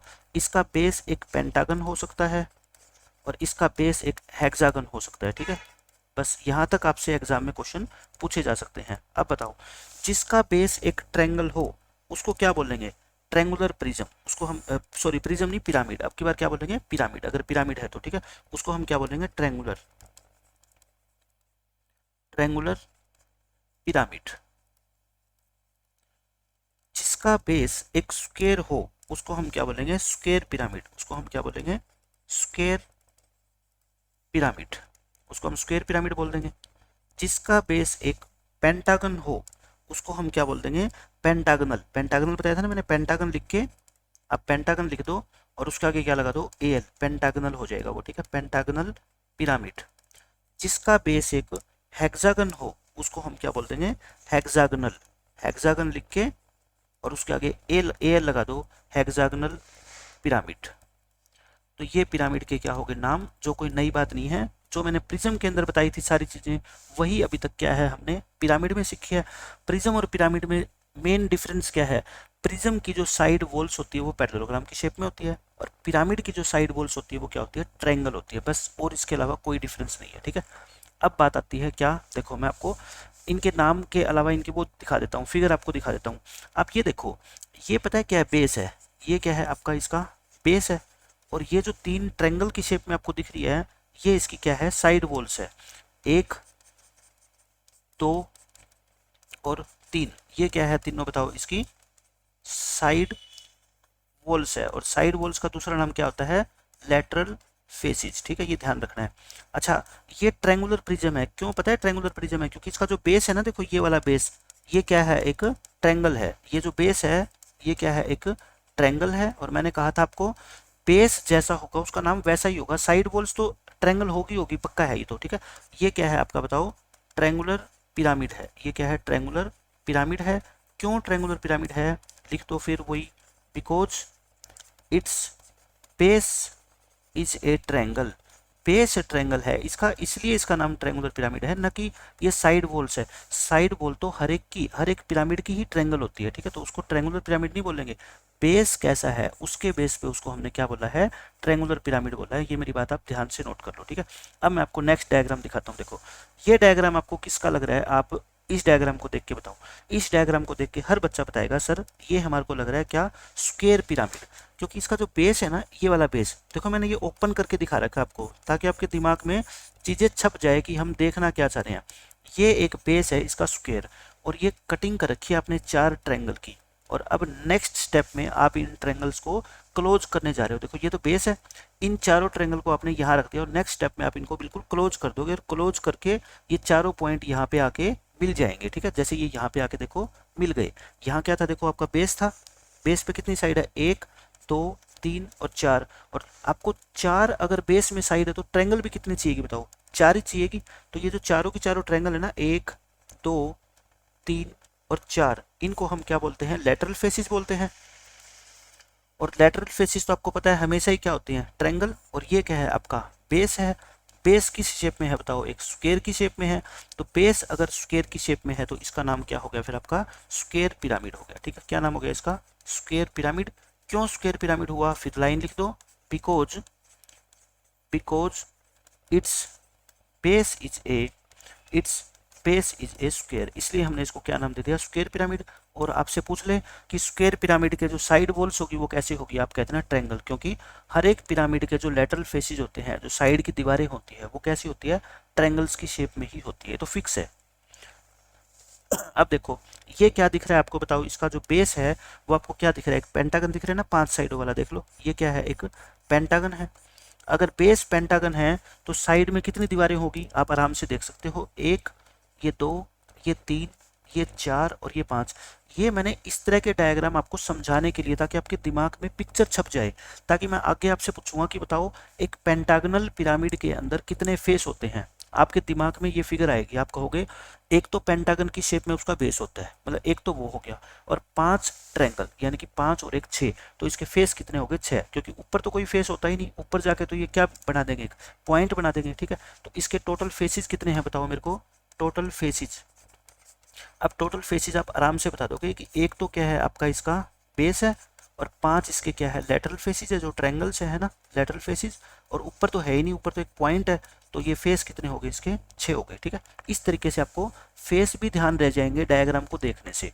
अब मैं आपको, अच्छा ये कौन सी है फिर बताओ मेरे को, पेंटागनल है ना, पेंटागन लिख के और एयर लगा दो, ये पेंटागनल पिरामिड है आपकी। पेंटागनल पिरामिड क्यों है इसकी pentagonal pyramid, because it's base is A pentagon, it's base is A pentagon, जैसा बेस वैसा इसका क्या होगा, नाम होगा, ठीक है, ये है। अब हम देखते हैं क्या, हेक्सागनल। अब देख लो इसका जो ये बेस है, ये बेस है, ये क्या है, हेक्सागन की शेप में ना, जिसकी 6 साइड होती है, यहीं से देख लो कितनी साइड है, 1 2 3 4 5 और एक ये वाली है ना, 6 साइड है। तो बताओ अगर साइड इसकी 6 है, तो साइड वाली जो ट्रायंगल्स है ये भी आपको कितनी चाहिए, 6, 1 2 फिर ये 3 फिर ये 4 फिर ये 5 और फिर ये 6। तो अगर मैं इसके पूछूं कि टोटल फेस कितने हैं, तो आप बहुत आराम से बता दोगे कि एक तो बेस और 6 ट्रायंगल, यानी कि कितने हैं इसके बेस, 7 है टोटल फेसेस, ठीक है। और इसका नाम क्या है बताओ, हेक्सागोनल पिरामिड, हेक्सागोनल पिरामिड। तो अब आपको सब चीज़ें पता होना चाहिए कि हेक्सागोनल पिरामिड क्या होता है, कैसा दिखता है, इसके फेस कितने होते हैं, इसके वर्टिसेस कितने होते हैं, इसके एजेस कितने होते हैं, ठीक है। बिकॉज क्यों है इसका नाम ऐसा, because it's base is A hexagon, इसका बेस एक हेक्सागन है, इसलिए इसको हम क्या बोलते हैं, हेक्सागोनल पिरामिड बोलते हैं, और कोई रीजन है नहीं, ठीक है। ये हो गया आपका। उसके बाद जो है मैं आपको कराता हूँ अब एक्सरसाइज के क्वेश्चन। एक तो इंपॉर्टेंट चीज़ें लिख लो, इंपॉर्टेंट पॉइंट्स, एक्सरसाइज के क्वेश्चन करने से पहले आप, मैं इंपॉर्टेंट पॉइंट्स आपको लिखवा देता हूँ। इंपॉर्टेंट पॉइंट्स में आप सबसे पहला पॉइंट नोट करो कि एक पॉलीहेड्रन, हम क्या बात करेंगे, पॉलीहेड्रन की। पॉलीहेड्रन के कम से कम कितने फेस होते हैं, मैं कहता हूँ कम से कम 4 फेस होते हैं। जैसे पॉलीगन बनाने के लिए कम से कम कितनी साइड होनी चाहिए बताओ, उसकी 3।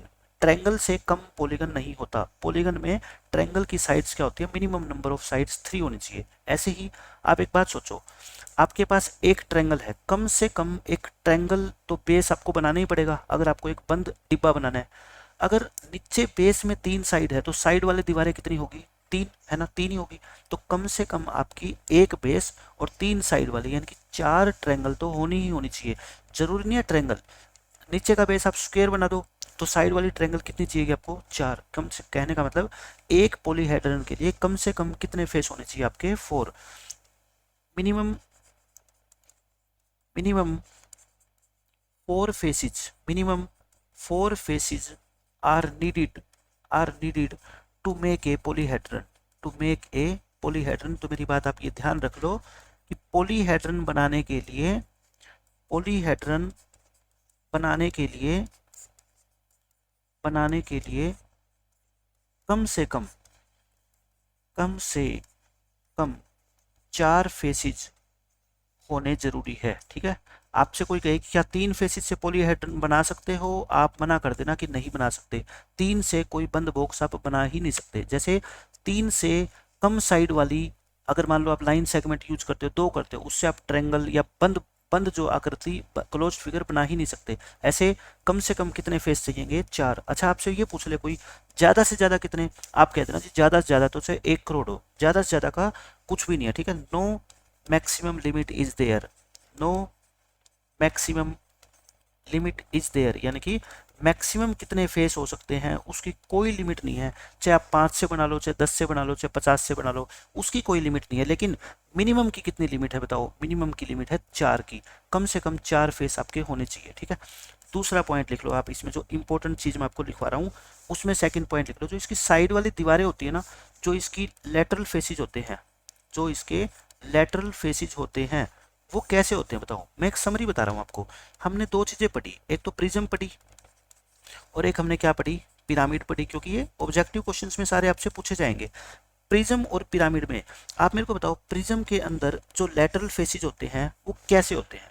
लेटरल फेसिज यानी कि साइड वाली दीवारें। लेटरल फेसिज का मतलब मैं क्या बात कर रहा हूँ? साइड वाली दीवारें की बात कर रहा हूँ मैं, वॉल्स की, ठीक है। आप कहोगे साइड वॉल्स प्रिज्म की क्या होती है बताओ? In the shape of a parallelogram.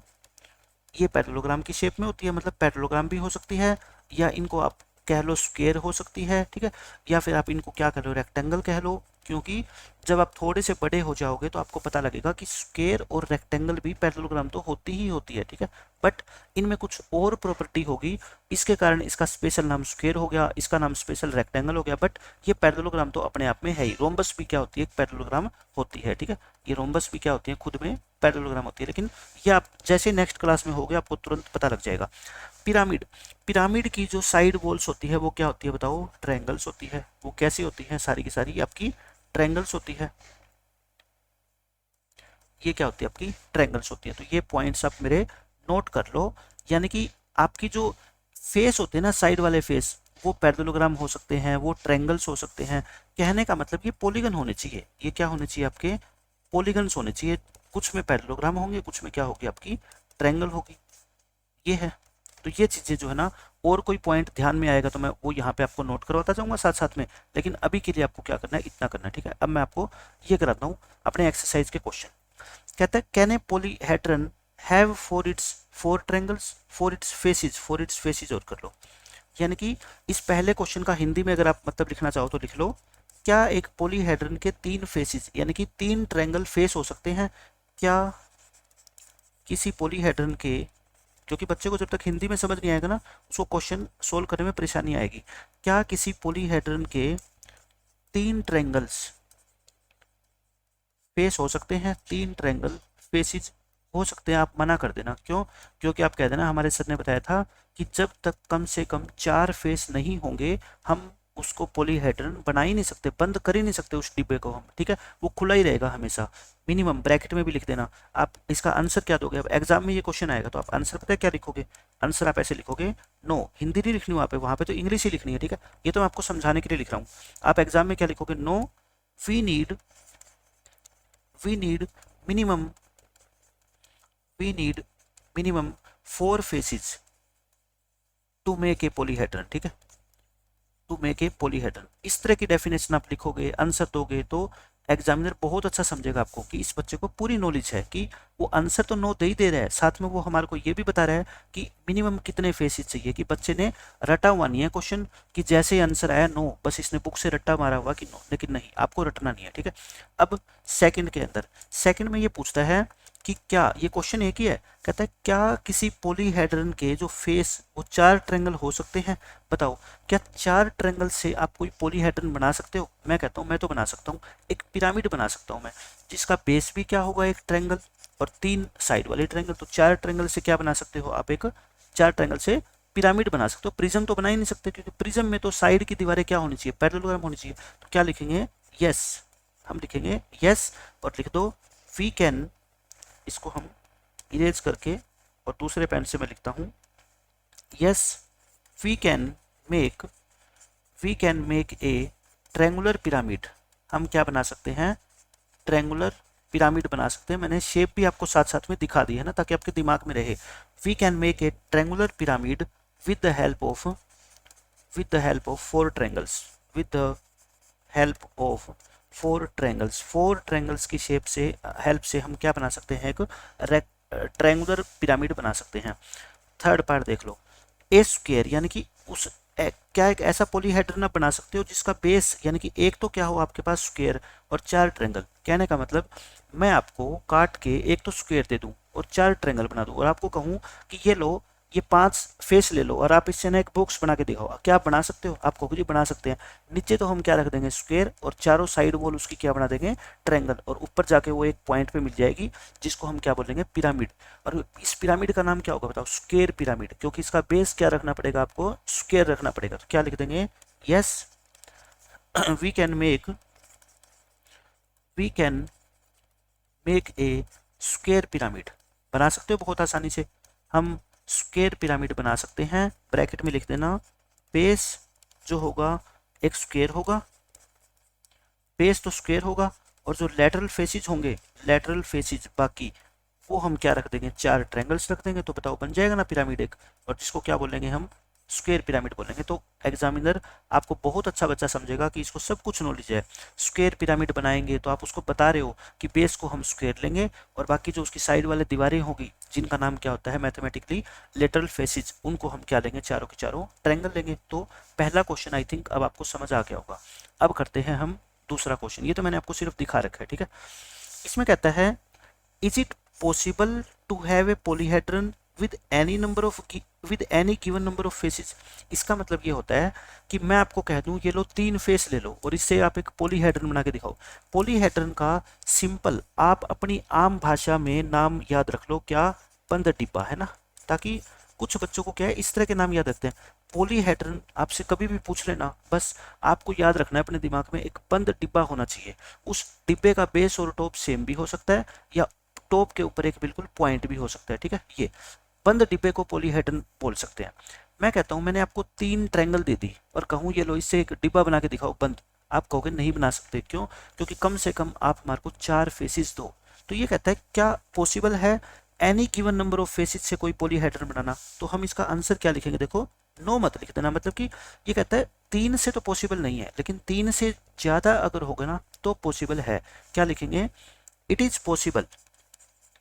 Possible तो है लेकिन कम से कम, but but we need but we need minimum 4 faces. यानी ये कहता है कितने भी फेसिस गिवन हो क्या उससे आप एक पॉलीहेड्रन बना सकते हो? हम कहते हैं पॉसिबल है, बना सकते हैं, लेकिन कम से कम हमारे को कितने फेस चाहिएंगे? 4। यानी कि मैं आपको कहूं कि बताओ मैं आपको कितने ट्रायंगल बना के दूं या कितने स्क्वायर और ट्रायंगल बना के दूं कि आप एक बंद डिब्बा बना दो। आप कहोगे सर कम से कम हमारे को ना आप 4 ट्रायंगल तो दे दो, तब तो हम बना देंगे। मैं कह दूं मैं आपको 10 दे दूं तो, यानी कि ट्रायंगल नहीं सारी, और कोई शेप के 10 फेस दे दूं, आप कहोगे जी बना देंगे हम कैसे ना कैसे करके। मतलब कि कम से कम कितने होने चाहिए आपके? 4 होने चाहिए, ठीक है। तो मैंने आपको बता दिया। अब देखो आपका क्वेश्चन नंबर 3। इसमें सिर्फ आपसे पूछा गया है which are prisms among the following. ये 4 आपको डायग्राम दिखा रखे हैं, इनमें से कौन सा प्रिज्म है? देखो बॉक्स तो हमेशा ये क्या होता है? प्रिज्म होता ही होता है ना। ये क्या है? अनशार्पन्ड पेंसिल। अनशार्पन्ड पेंसिल का मतलब होता है बिना छिली हुई पेंसिल। आप अपनी अपनी पेंसिल अपने हाथ में ले लो और उसका बेस और टॉप देखो बिल्कुल सेम होगा, है ना। ये बेस और टॉप, और जो साइड वाली दीवारें हैं उसकी पेंसिल की कौन कौन सी, आप अपनी पेंसिल हाथ में लोगे ना तब आपको ये क्वेश्चन समझ आएगा। ये पेंसिल आप साइड में हाथ फिरा के देखना, एक आपको ऐसा नजर आएगा, है ना।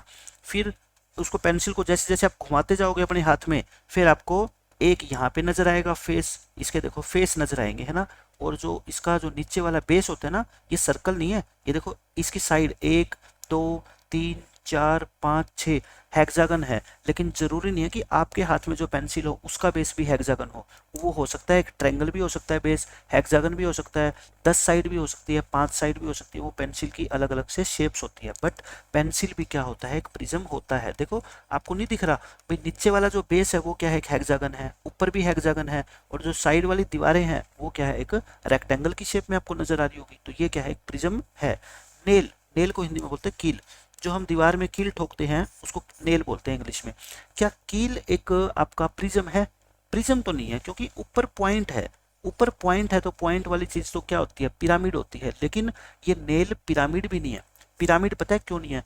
क्योंकि इसके नेल की जो साइड वाले दीवारें हैं, आप मेरे को बताओ क्या वो ट्रायंगल है? आप कहोगे जी ट्रायंगल नहीं है, तो गोल है बिल्कुल, है ना, करव करव की शेप में है। ये प्रिज्म तो नहीं है। हम क्या लिखेंगे? It is not a prism. Paper में ये क्वेश्चन आ गया तो आपने ये लिख दिया it is not a prism, examiner आपको नंबर दे देगा नो डाउट, लेकिन ब्रैकेट में आप ये लिख देना it is also not a pyramid. ये पिरामिड भी नहीं है, अगर आपसे पूछ ले पेपर में कि क्या ये पिरामिड है और बच्चा कहे कि पॉइंट आ गया, पॉइंट आते ही पिरामिड कह देगा, उसका आंसर क्या हो जाएगा? गलत। It is also not a pyramid because, क्यों नहीं है पिरामिड? कारण बताओ। बिकॉज इट्स लेटरल फेसिस, जो इसके लेटरल फेसिस साइड वाले फेस है ना, फेसिस आर नोट ट्रायंगल्स, वो ट्रायंगल नहीं है, और ट्रायंगल नहीं है तो इसका मतलब ये पिरामिड नहीं बोल सकते, ठीक है। ये बताओ, it is not a prism. आपसे पूछा प्रिज्म कौन से है, ये प्रिज्म तो नहीं है ना, इट इज, क्योंकि पॉइंट वाली चीज प्रिज्म कभी भी नहीं हो सकती, याद रखना मेरी बात। लेकिन ये क्या है बताओ? पिरामिड है, पिरामिड है। ये क्या है? Table weight. जैसे आप बैठ के पढ़ाई कर रहे हो और आपके कॉपी के पन्ने पेज उड़ रहे हैं, तो मम्मी ने आपको लाके एक कोई चीज दे दी इस शेप की कि बच्चों इस पे रख लो, पेज उड़ेंगे नहीं, तो वो क्या होता है? Table weight. इसको पेपर वेट भी बोल देते हैं कई बच्चे, पेपर वेट होता है, ठीक है, पेपर के ऊपर रखने वाला वेट, ताकि पेपर उड़े ना पंखे की हवा से। It is not a prism but it is a pyramid. तो मैंने सारी चीजें आपको डिटेल में बता दी कि कौन कौन से प्रिज्म है, कौन से नहीं है, और प्रिज्म नहीं है तो क्या वो पिरामिड है या नहीं है, सब डिटेल आपको पता लगी, ठीक है। अब आप देखो question number 4। Question number 4 important है ये एग्जाम के हिसाब से, और इसमें मैं आपको एक छोटी सी चीज बताऊंगा। कहता है how are prisms and cylinder alike. आप है ना अपने दिमाग में दो चीजें याद रख लो, मैं कहता हूं मेरे कहने पे, कि प्रिज्म और सिलेंडर देखने में एक जैसे होते हैं। ये क्या है? देखने में एक जैसे होते हैं। हालांकि सिलेंडर को प्रिज्म नहीं बोलेंगे, बस मैं आपको ये बता रहा हूँ कि प्रिज्म और सिलेंडर देखने में एक जैसे होते हैं, पिरामिड और कोन देखने में एक जैसे हैं, ठीक है। अभी मैं आपको प्रूव कर दूंगा कि कैसे एक जैसे हैं। आप देखना, कोन, कोन क्या होता है? आपने अपने फ्रेंड के बर्थडे पे आप गए होंगे तो बर्थडे कैप देखी होगी। आपने क्या देखी होगी? Birthday cap. या आपने आइसक्रीम आप खाते हो सॉफ्टी, उसका आपने कोन देखा होगा, ऑरेंज कलर का होता है ना आइसक्रीम कोन, वो भी क्या होता है? कोन की शेप में होता है। आप ये बताओ, उसके ऊपर वाला जो पॉइंट होता है वो बिल्कुल नोकीला होता है ना, पॉइंटेड, और पिरामिड के ऊपर भी जाके क्या बनता है? एक पॉइंट बनता है। तो यानी कि आप दिमाग में रखो कि बर्थडे कैप और पिरामिड दोनों लगभग एक जैसे होते हैं। इसी तरह से सिलेंडर, सिलेंडर का मतलब क्या होता है? आपके घर में जो पानी गर्म करने वाली टंकी होती है, ठीक है, वाटर टैंक होता है, या आपके घर में आटा डालने वाली टंकी होती है, ठीक है ना, वो गेहूं का आटा डालने वाली टंकी होती है, उसका बेस, जो उसका तली है वो क्या गोल है, सर्कल की शेप में। उसका टॉप जो ढक्कन होता है वो भी है, लेकिन उसके जो साइड वॉल्स है वो क्या है? एक ट्रायंगल या पैरेललोग्राम या रेक्टेंगल ऐसी होती नहीं, वो क्या होती है? कर्व होती है। क्या होती है? गोल गोल होती है, कर्व, है ना। यानी कि ये प्रिज्म नहीं है, लेकिन ये प्रिज्म जैसा है। अच्छा, ये प्रिज्म जैसा कैसे बन जाता है बताऊं? अगर इसका जो बेस है, देखो प्रिज्म का नाम हम किस पे देते हैं? बेस, बेस को देख के। अगर बेस में 5 साइड है तो उसको हम पेंटागनल प्रिज्म बोल देंगे। अगर बेस में मान लो 8 साइड है तो उसको हम ऑक्टागनल प्रिज्म बोल देंगे। लेकिन अगर बेस में 1000 साइड होगी, आप मुझे बताओ, बेस के अंदर मान लो मैं ऐसे कितनी भी ज्यादा साइड बनाता जाऊंगा, तो मैंने कहा था जितनी बेस के अंदर साइड है उतने ही अपने को ये साइड वॉल्स खड़ी करनी पड़ेगी, है ना। एक यहाँ पे, एक यहाँ पे, एक यहाँ पे, एक यहाँ पे, और एक यहाँ पे। अब आप मेरे को ये बताओ, अगर बेस के अंदर मैं कह दूं ये 1000 साइड है, बेस के अंदर कितनी साइड है आपकी? 1000। ये तो 6 है, लेकिन मैं 1000 बना दूं तो जो ये साइड वाले दीवारें हैं ना, ये इतनी पास पास आ जाएगी कि आपको महसूस ही नहीं होगा कि ये एक कर्व की शेप में है या फिर ये अलग अलग से रेक्टेंगल या स्क्वायर है, ठीक है। चलो आप कह दो कि सर महसूस होगा, मैं कहता हूँ 1000 की बजाय मैं ना 10 लाख कर दूं, 10 लाख कर दूं और आपका स्पेस थोड़ा सा दे दूं आपको, कि इतने में ही आपको 10 लाख बनानी है। भाई मैं आपको एक कागज का टुकड़ा दे दूं और आपको कहूं इसके ना 10 लाख बिल्कुल पतले पतले टुकड़े करो और फिर उनको ज्वाइन करो आप फेविकोल से। आप जब ज्वाइन करोगे ना तो मैं कहूंगा भाई ये जो है ना रेक्टेंगल नहीं बनाया आपने, ये तो सर्कल ही बन गया, पूरा गोल दिख रहा है मेरे को। तो जैसे ये सिलेंडर का ये फेस होता है ना, सरफेस होता है ये वाला, ऐसा बन जाएगा वो। यानी कि उसके बेस के अंदर जितनी ज्यादा साइडें होगी वो फिर क्या बन जाएगा? एक सिलेंडर की तरह दिखने लग जाएगा। ऐसे ही पिरामिड का जो बेस है, नीचे 4 की बजाय अगर आप 4,04,000 साइड कर देंगे ना तो वो कैसा कैसा शेप ले लेगा? वो एक कोन की शेप ले लेगा। हालांकि 100% कोन नहीं होगा, लेकिन दिखने में वो दूर से दिखेगा ना, वो क्या दिखेगा आपको? कोन। जैसे चौक का डिब्बा, दूर से देख के कोई ये नहीं कह सकता कि ये सिलेंडर है, क्योंकि इसके जो साइड वाली दीवारें हैं ना वो गोल नहीं है ना। लेकिन अगर आप उसकी साइड बहुत ज्यादा कर दोगे, दूर से देखोगे, आप समझ नहीं पाओगे कि ये गोल है साइड वाली दीवारें या फिर क्या है, फ्लैट है, ठीक है, इस तरह से। तो मैं आपको ये बताता हूँ क्या, how are prism and cylinder alike. Alike का मतलब क्या होता है? एक जैसे। कि ये एक जैसे कैसे होते हैं, आप थोड़ी सी एक्सप्लेन कर दो, ठीक है। पेपर में ये क्वेश्चन आ गया, आप क्या एक्सप्लेन करोगे कि if the number of sides if the number of sides in the base, यानी कि जो इसका बेस होता है ना उसमें नंबर ऑफ साइड्स बहुत ज्यादा हो जाए, if the number of sides in the base becomes very large, मतलब कि बहुत ज्यादा हो जाए, then then a prism looks like a cylinder. Prism कैसा दिखता है? लुक्स लाइक ए सिलेंडर, वो सिलेंडर जैसा दिखने लग जाता है अगर उसके बेस में जो नंबर ऑफ साइड्स है वो क्या हो जाएगी? बहुत ज़्यादा। हिंदी में लिख देता हूँ मैं, लेकिन आपको एग्जाम में नहीं लिखना, सिर्फ समझने के लिए। अगर एक प्रिज्म के बेस में, अगर एक प्रिज्म के बेस में बहुत ज़्यादा साइड्स हो जाए, बहुत ज़्यादा साइड्स हो जाए, तो यह एक सिलेंडर जैसा दिखने लगता है, तो यह एक सिलेंडर जैसा दिखने लगता है। बस अगर ये पेपर में क्वेश्चन आ गया तो आप इंग्लिश वाली लाइन, ये 2 लाइनें लिख देना। आपको अगर 2 नंबर का क्वेश्चन है तो 2 के 2 नंबर मिलेंगे, ठीक है। अब आपको मैं बताता हूँ सेकंड क्वेश्चन का। देखो, प्रिज्म और सिलेंडर एक जैसे दिखते हैं, वैसे ही पिरामिड और कोन दोनों के अंदर क्या होता है? पॉइंट होता है ऊपर, ठीक है। तो बस ऊपर वाली जो ये डेफिनेशन है ना, इसमें जहाँ पे आपका प्रिज्म है वहाँ पे पिरामिड कर देना, और जहाँ सिलेंडर है वहाँ क्या कर देना? कोन कर देना। बाकी सब कुछ सेम कॉपी कर दो। क्या लिखेंगे? If the number of sides in the base becomes very large, वो बहुत ज़्यादा हो जाती है ना, very large, then a pyramid looks like a cone। Hindi तो लिख ही लोगे अब, बिल्कुल सेम वही, कि अगर एक पिरामिड के बेस में बहुत ज़्यादा साइड्स हो जाए तो ये एक कोन जैसा दिखने लगता है। तो पेपर में ये क्वेश्चन आ गया तो ऐसे करना है। क्यों दिखने लगता है, मैंने आपको डायग्राम बना के देखो ये सिखाए हैं, ये दिखाए हैं आपको, ठीक है। इस तरीके से आप समझ सकते हैं इन चीज़ों को। अब देखो, ये इंपॉर्टेंट क्वेश्चन है एग्जाम के हिसाब से, और आसान, आंसर आसान है। मैं जब एक बार आपको समझा दूंगा तो आप कहोगे हाँ, ऐसी कोई बात नहीं है कि हमारे को समझना है, हमारे को सब कुछ समझ आ गया, ठीक है। देखो इसमें क्या कहता है, is a square prism same as a cube. क्या एक स्क्वेयर प्रिज्म एक क्यूब के जैसा ही होता है या फिर इससे अलग भी हो सकता है? आप बस मेरे को ये बता दो कि क्या आपको ये पता है कि स्क्वेयर प्रिज्म की डेफिनेशन क्या होती है?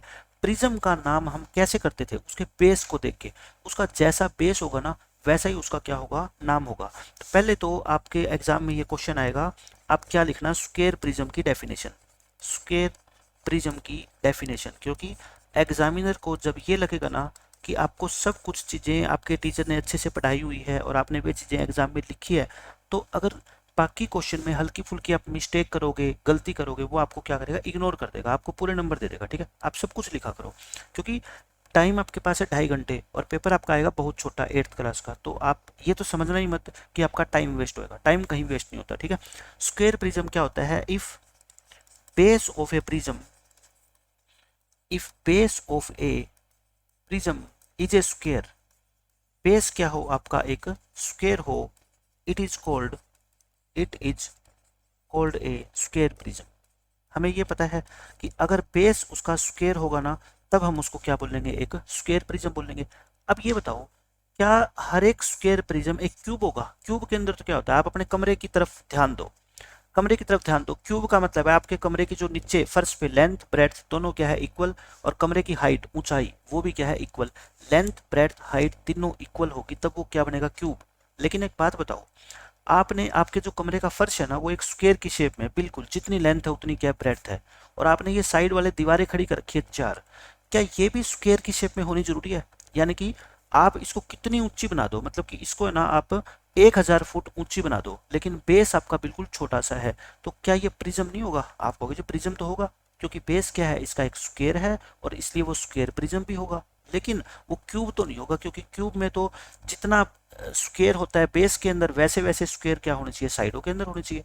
तो क्या आप ये कह सकते हो कि हर एक स्क्वायर प्रिज्म एक क्यूब ही होना जरूरी है? मैं कहता हूँ नहीं, वो क्यूबॉइड भी हो सकता है, क्योंकि स्क्वायर प्रिज्म की डेफिनेशन होती है कि उसका बेस स्क्वायर होना चाहिए, जो साइड वाली दीवारें हैं ना वो स्क्वायर होनी जरूरी नहीं है, वो रेक्टेंगल भी हो सकती है, ठीक है। लेकिन क्यूब के अंदर तो जो साइड वाली दीवारें हैं ना वो भी स्क्वायर होनी चाहिए। तो हम क्या लिखेंगे? So it is not necessary, ये जरूरी नहीं है, it is not necessary that every square prism is a cube. ये जरूरी नहीं है, मैं ये नहीं कह रहा कि होता ही नहीं, लेकिन मैं ये कह रहा हूँ जरूरी नहीं है कि स्क्वायर प्रिज्म होगा वो क्यूब ही होगा। It can also be A cuboid, it can also be A cuboid. Hindi में मैं बोल रहा हूँ, आप लिख अपने आप लेना, ठीक है, मेरी लैंग्वेज को सुन के आप ये लिखोगे अपनी नोटबुक में, ताकि बाद में समझ आ जाए कि जो एक स्क्वायर प्रिज्म होता है, आप लिखो जो एक स्क्वायर प्रिज्म होता है वो जरूरी नहीं है कि हमेशा एक क्यूब ही होगा। दोबारा बोल रहा हूँ मैं, जो एक स्क्वायर प्रिज्म होता है वो जरूरी नहीं है कि हमेशा एक क्यूब ही होगा, वो एक क्यूबॉइड भी हो सकता है, वो एक क्यूबॉइड भी हो सकता है। क्यों?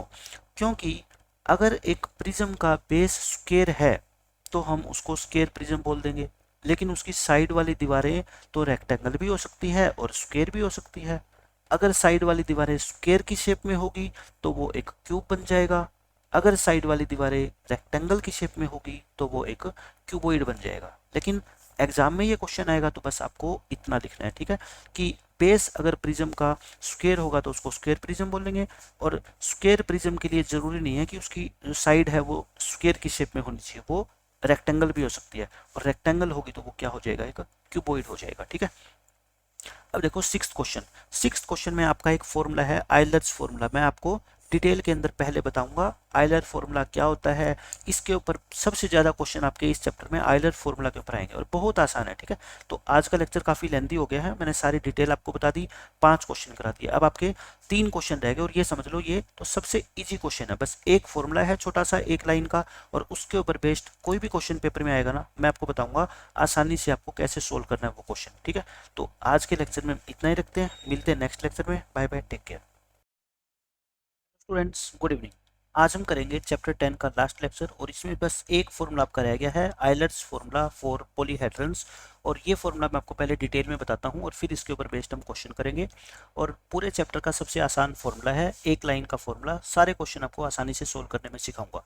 सबसे पहले मैं इस मैथमेटिशियन के बारे में आपको कुछ बताता हूँ। इसको देखो, ये ई से स्टार्ट होता है, बस इसको पढ़ते कैसे है, आयलर पढ़ते हैं। मैथमेटिशियन में इसका नाम क्या था, आयलर। ये एक स्विस मैथमेटिशियन थे, इनका पूरा नाम था लियोनार्ड आयलर। लियोनार्ड आयलर इनका पूरा नाम है, और ये एक स्विस मैथमेटिशियन हुए हैं। बहुत योगदान है इनका मैथमेटिक्स में। जैसे बच्चे पूछते हैं कि सर मैथ्स किसने बनाया, ऐसा नहीं है बच्चों की मैथ्स किसी एक मैथमेटिशियन ने बनाया हो, इनमें बहुत सारे ग्रेट मैथमेटिशियन का कंट्रीब्यूशन है, और उन्होंने अलग अलग अपनी थ्योरीज दी है, अलग अलग टॉपिक के अंदर अपना कंट्रीब्यूशन दिया है, और उन्हीं मैथमेटिशियंस में से एक है मिस्टर आयलर, लियोनार्ड आयलर। ये स्विट्जरलैंड के हैं, स्विट्जरलैंड के जो भी निवासी होते हैं उनको स्विस बोला जाता है, जैसे इंडिया में रहने वाले लोगों को आयलर ये इंडियन बोला जाता है। तो आयलर, लियोनार्ड आयलर एक बहुत फेमस मैथमेटिशियन थे, और ऐसा नहीं है कि इन्होंने एक फॉर्मूला दिया, इन्होंने हजारों फॉर्मूले मैथमेटिक्स के अंदर अपनी थ्योरीज दी है, अपने प्रिंसिपल्स दिए हैं साइंस के अंदर, मैथमेटिशियन में बहुत बड़े यानी ये मैथमेटिशियन रहे हैं। तो इन्होंने एक फॉर्मूला दिया, जैसे हमने पढ़ा कि पॉलीहेड्रन्स के अंदर फेसिस होते हैं, वर्टिसेस होते हैं और एजेस होते हैं, 3 चीज होती है, ठीक है।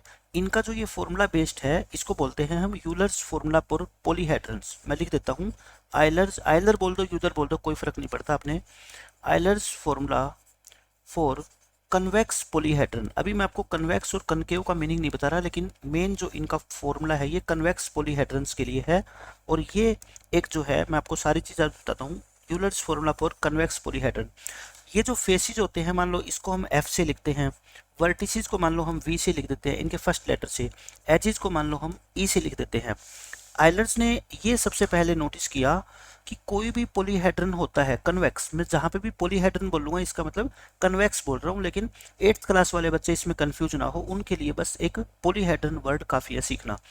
तो आयलर ने ये देखा कि जैसे मान लो मैं आपका क्यूबॉइड बना के दिखाता हूँ, पहले मैंने आपको लास्ट लेक्चर में भी काफ़ी कुछ समझाया है इसके बारे में, फिर मैं आपको समझाता हूँ कि मैं एक क्यूबॉइड बना देता हूँ। क्यूबॉइड का मतलब आप जिस रूम में बैठ के पढ़ाई कर रहे हो, आप उस रूम के अंदर आप अपना क्यूबॉइड समझ लो उसको, ठीक है। इसके आपको सबको पता है कि फेसिस कितने होते हैं, आप बताओगे 6 फेसिस होते हैं, मैंने लास्ट लेक्चर में सब कुछ बताया है।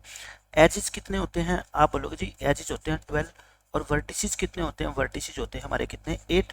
तो आयलर ने एक फॉर्मूला बताया, उन्होंने कहा देखो एफ, ई और वी, इंग्लिश अल्फ़ाबेट की अगर मैं बात करूँ, A B C D E F G H और वी यहाँ पे आता है। सबसे पहले कौन आता है बताओ? ई आता है। इन तीनों में से, ई एफ और वी में से सबसे पहले ई आएगा, फिर एफ आएगा, फिर क्या आएगा? वी, यानी कि ई एफ और वी इस ऑर्डर में आते हैं। आप ये मान लो कि जो सबसे बाद में आता है वो सबसे बड़ा है और सबसे पहले आता है वो सबसे छोटा है। ई क्या है बताओ? सबसे छोटा है। ये क्या है? इन तीनों में से सबसे छोटा। और ये दोनों क्या है? बड़े हैं इससे। आप ये मान के चलो, ठीक है। इससे क्या होगा? आपको फॉर्मूला याद करने में आसानी होगी। आयलर ने नोटिस की एक चीज की एफ और वी यानी कि दोनों बड़े वाले नंबर्स को, इसको डिजिट को हम जोड़ दें, अल्फाबेट्स को, और ई को एक साइड में रख दें तो ये इक्वल नहीं है। देखो इस क्वेश्चन में आप खुद देखो, 6 और 8 को आप जोड़ दो, 6 + 8 कितना होता है? 14।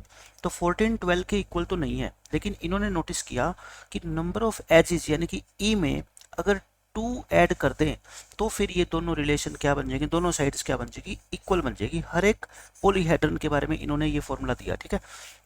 फेसिस और वर्टिसेस को ऐड कर दो और जो एजेस है उसमें 2 ऐड कर दो तो दोनों साइड्स क्या हो जाएगी? आपकी इक्वल होएगी। ये सबसे पहले किन्होंने कहा? मिस्टर लियोनार्ड आयलर ने कहा, ठीक है। इसी को बोला जाता है क्या? Euler's formula. बस आपको ये याद रखना है। याद रखने का तरीका क्या? देखो मैंने क्या बताया, एफ और वी सबसे बड़े हैं, सबसे बड़े को एक साथ जोड़ दो। ई सबसे छोटा है, सबसे छोटे को 2 रुपए और दे दो मान लो, और ये फिर क्या हो जाएंगे? दोनों आपस में इक्वल। मान लो ये 3 बच्चे हैं, इन दोनों बड़े वाले बच्चों के पास जितने भी पैसे हैं ना, उन दोनों को आप क्या कर लो? इकट्ठा कर लो। फिर आप जो सबसे छोटा बच्चा है उसके पैसे को ले लो। आप देखोगे कि सबसे छोटे वाले बच्चे के पास जो है ना 2 रुपए कम है, आपने उसको 2 रुपए और दे दिए, यानी कि ई में आपने 2 और ऐड कर दिया। अब उनके पैसे क्या बन जाएंगे? इक्वल बन जाएंगे, ठीक है। तो इसको बोला जाता है आयलर्स फॉर्मूला। अब हर एक पॉलीहेड्रन के बारे में मैं आपको प्रूव करके बताता हूँ कुछ चीजें, ताकि आपको अच्छे से समझ आए। देखो ये क्या है आप मेरे को बताओगे, लास्ट लेक्चर अगर आपने पूरा देखा है तो कोई भी बच्चा बता देगा कि ये एक ऐसा प्रिज्म है जिसका बेस क्या है? ट्रायंगल है, और टॉप तो ट्रायंगल होगा ही होगा क्योंकि बेस और टॉप क्या होते हैं प्रिज्म में? सेम। तो ये क्या है? ट्रायंगुलर प्रिज्म है। ट्रायंगुलर प्रिज्म है। अब ट्रायंगुलर प्रिज्म हो चाहे कुछ भी हो, बस आपको मेरे को हर एक क्वेश्चन में क्या बताना है कि इसके नंबर ऑफ फेसेस यानी कि एफ कितने हैं, नंबर ऑफ वर्टिसेस यानी कि वी कितने हैं, और नंबर ऑफ एजेस यानी कि ई कितने हैं। अब आप बताओगे कि हमने ये सीखा है कि फेसेस कितने होते हैं। देखो बेस, आपके कमरे का जो बेस है ना, आप ये मान लो ट्रायंगल की शेप में है, ट्रायंगल की शेप में है। एक बेस नीचे, एक बेस ऊपर, और साइड की जो दीवारें हैं वो कितनी होगी? 3, क्योंकि आपके बेस में कितनी साइड है? 3। बेस में जितनी साइड होती है ना, साइड वॉल्स भी उतनी ही होती है, ठीक है। तो बताओ फेसिस कितने हो गए इसमें? एक फर्श, एक छत और 3 साइड की दीवारें, तो कितने हो गए? 5। रटना नहीं है आपको कुछ भी, मैं बहुत आसान तरीके से समझा रहा हूँ, ठीक है। फिर आप मेरे को बताओ वर्टिसेस। वर्टिसेस का मतलब होता है कॉर्नर। कॉर्नर पता है कितने होते हैं? आपके बेस में कितनी साइड है? 3। आप उसको 2 से क्या कर दिया करो? मल्टीप्लाई, क्योंकि देखो 3 पॉइंट नीचे होंगे ट्रायंगल में और 3 ही पॉइंट क्या होंगे? ऊपर। तो इस 3 + 3 कर दो, ये कितने आएंगे? 6। अच्छा एजेस कितने होंगे? देखो एजेस होती है लाइनें, ये वाली लाइनें 1, और फिर ये वाली लाइन 2, और फिर ये वाली लाइन कितनी? 3। अच्छा ये 3 नीचे है तो 3 आप मेरे को बताओ ऊपर भी होगी? ऐसी बिल्कुल सेम फिगर है ऊपर, 1 2 और 3, 3 होगी। अब 3 ऊपर 3 नीचे, तो 3 साइड की दीवारों पे भी आपको दिखेगी। देखो कौन सी? ये 1, ये वाली लाइन 2 और ये वाली लाइन 3। तो यानी कि 3 + 3 + 3 = 9। अब आप देख लो क्या आयलर्स फॉर्मूला यहाँ पे सेटिस्फाई हो रहा है? मैंने क्या बताया था आयलर फॉर्मूला में? आप f + v को ऐड करो, 5 + 6 कितना हो गया? 11। और जो e है ना उसमें आप 2 ऐड करो, ये e कितना है आपका बताओ? 9। 9 में 2 ऐड करो, कितना आएगा? 11। तो ये दोनों चीजें क्या हो जाएगी? इक्वल। सो क्या हो गया बताओ यहाँ पे? f + v = e + 2। सो हम कहते हैं कि Euler's formula is satisfied. Euler's formula is satisfied. Satisfied का मतलब यहाँ पे क्या हो गया? वो ट्रू साबित कर दिया। हमने इसको प्रूव कर दिया कि इस ट्रायंगुलर प्रिज्म के लिए आयलर का फॉर्मूला ट्रू है। और मैं कहता हूँ हर एक प्रिज्म के लिए ये फॉर्मूला ट्रू है, हर एक पिरामिड के लिए फॉर्मूला ट्रू है, ठीक है। तो अब देखो हम नेक्स्ट करते हैं। ये क्या है आपका? देखो स्क्वायर प्रिज्म है, इसका बेस क्या है? एक स्क्वायर है। सारी चीजें हम पिछले लेक्चर में पढ़ चुके हैं, मैं बस आपको रिवाइज करा रहा हूँ ये, ठीक है। और साथ साथ में मैं आपको बताऊंगा कि आयलर फॉर्मूला कैसे ट्रू होगा। आप एफ बताओ इस क्वेश्चन में मेरे को, वी बताओ और ई बताओ।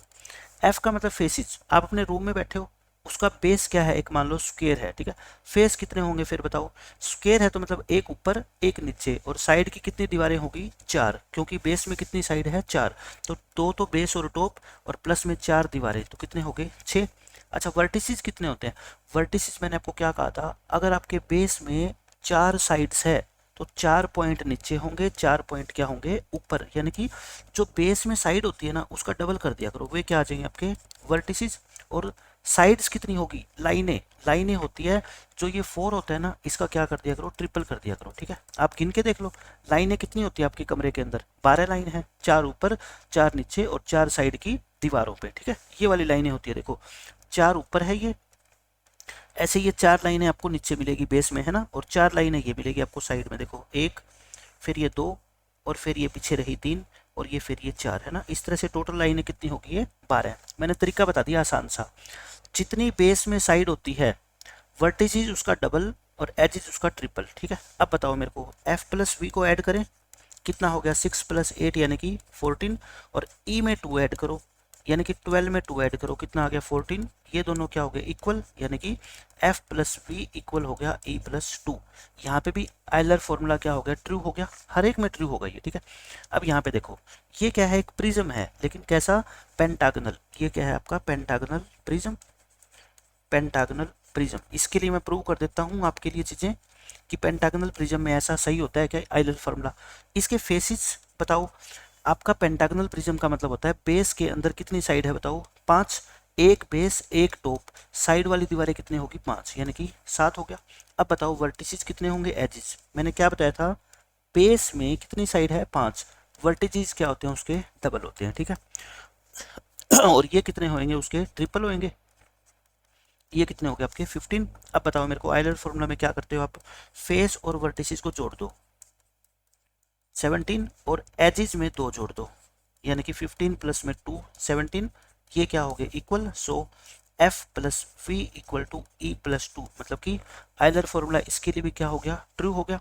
अब हम बात करते हैं क्या इसकी, ये क्या है, देखो हेक्सागन की शेप में है, हेक्सागनल प्रिज्म है, इसको क्या बोलते हैं, हेक्सागनल प्रिज्म बोलते हैं। हेक्सागोनल प्रिज्म में आप मेरे को बता दो, फेस, वर्टिसेस और एजेस कितने कितने हैं, आप बताओगे कि ये एक तो बेस है नीचे, एक ऊपर, और 6 इसकी साइड वाल है, यानी कि 8। वर्टिसेस का मैंने क्या तरीका बताया आपको याद करने का, ये जितनी भी बेस में साइड्स है ना उसको डबल कर दो, ठीक है। और एजेस में क्या बताया, इस बेस की साइड्स को ट्रिपल कर दो, हो गया। देखो कितनी आसानी से हमने ये सारी चीज़ें निकाल दी। अब बताओ, एफ प्लस वी करोगे, 8 प्लस में 12 यानी कि 20, और ई में 2 ऐड करो, यानी कि 18 प्लस में 2 यानी कि 20, ये दोनों क्या हो गए, इक्वल। सो हम कह सकते हैं एफ प्लस वी इक्वल हो गया ई प्लस 2, यानी कि आयलर फॉर्मूला इसके अंदर भी क्या हो गया आपका, ट्रू हो गया। मैं कहता हूँ हर एक प्रिज्म में ट्रू होगा, हर एक पिरामिड में ट्रू होगा, चाहे आप किसी से कर लो, ठीक है। अब देखो हम कुछ पिरामिड के एग्जाम्पल लेते हैं। ये क्या आपका ट्रायंगल की शेप में पिरामिड है, यानी कि इसको बोलते हैं हम triangular pyramid, triangular pyramid. Triangular pyramid में आप मेरे को बता दो, फेस कितने हैं, वर्टिसेस कितने हैं, और एजेस कितने हैं। आप तुरंत बता दोगे कि सर एक तो ट्रायंगल नीचे है ना।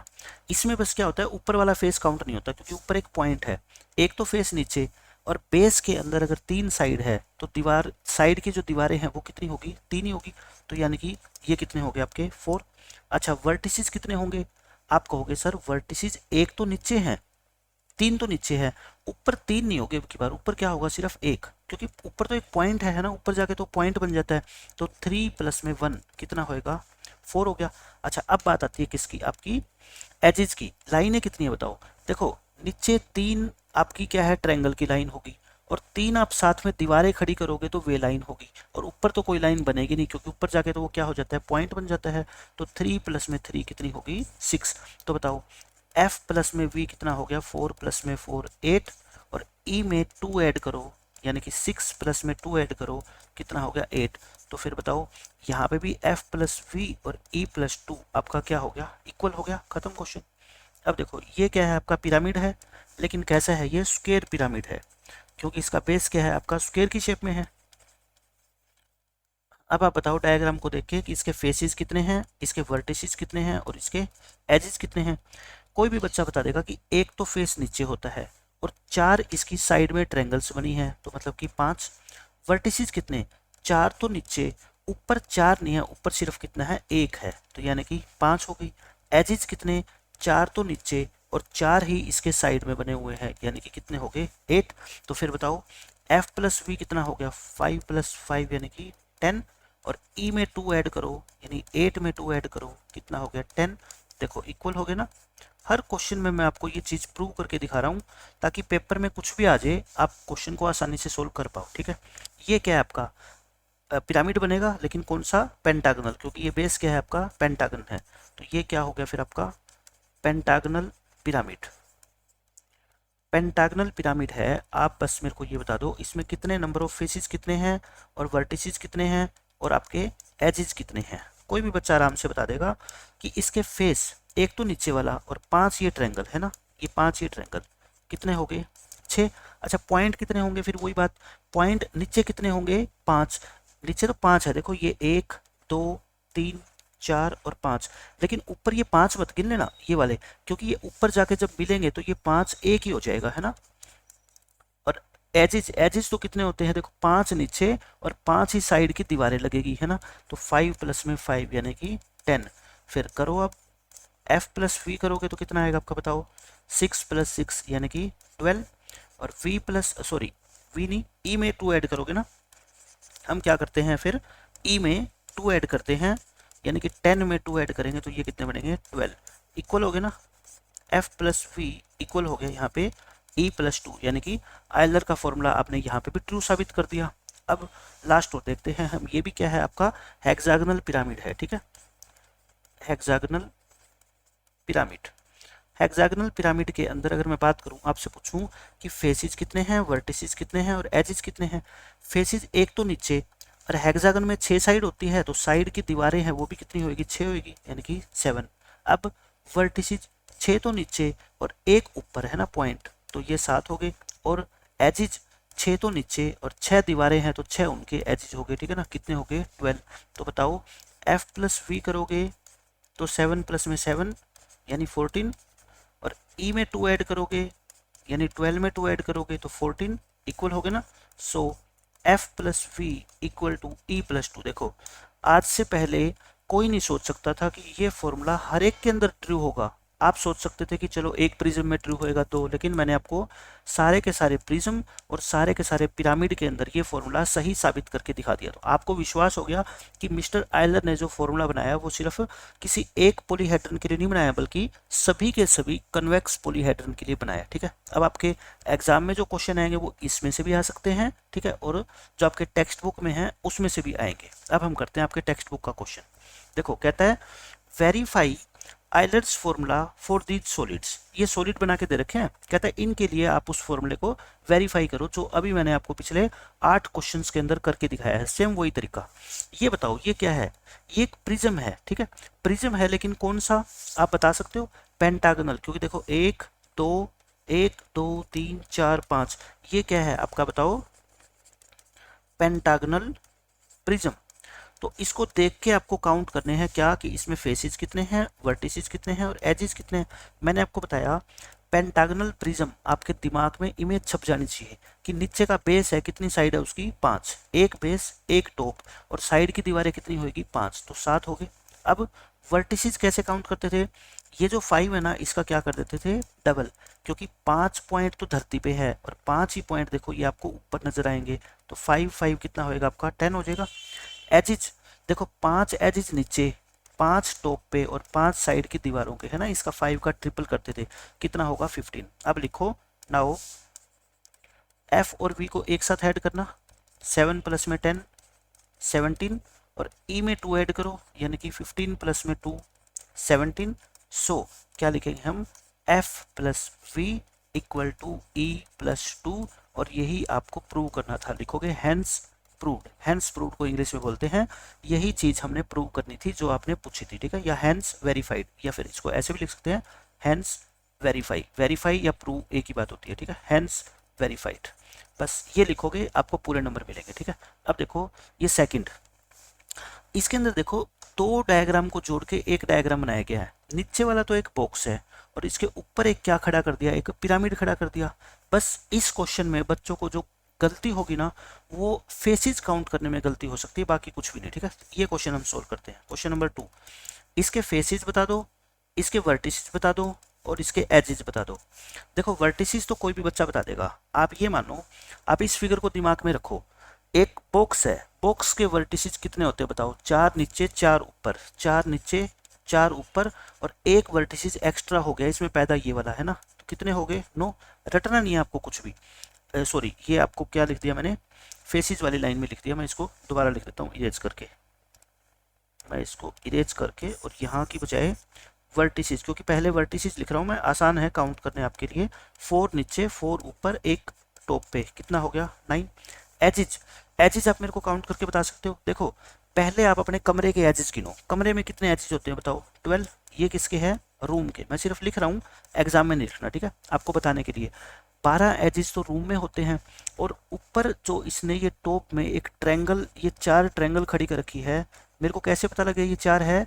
क्योंकि ऊपर का बेस जो है ना वो क्या है? एक क्वाड्रिलेटरल है, स्क्वायर है, ठीक है। तो 4 ट्रायंगल खड़ी करेगा, 4 ट्रायंगल खड़ी करेगा तो उसके बेस जो एजेस है वो कितने बनेंगे? 4 ही बनेंगे, है ना, 16 हो गए। अब बात आती है किसकी? फेस की। फेस कैसे काउंट करोगे? आप बस मेरे को ये बता दो, आपका जो कमरा है ना उसके फेस कितने हैं? 6। आप अपने कमरे की ऊपर की जो छत है ना उसको निकाल दो। आप अपने दिमाग से ये निकाल दो कि आपके ऊपर जो है ना छत है ही नहीं।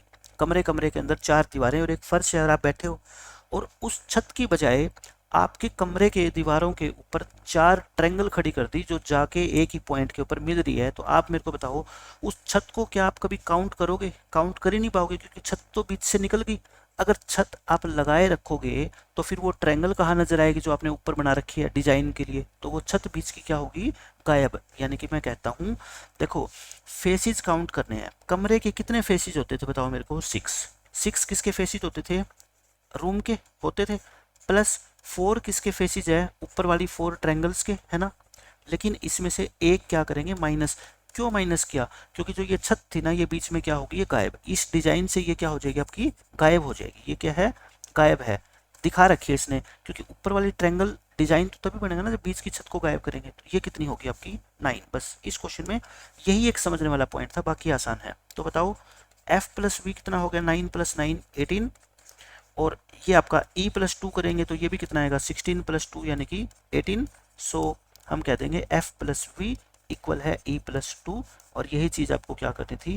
वेरीफाई करनी थी। Hence verified. हो गया क्वेश्चन सोल्व।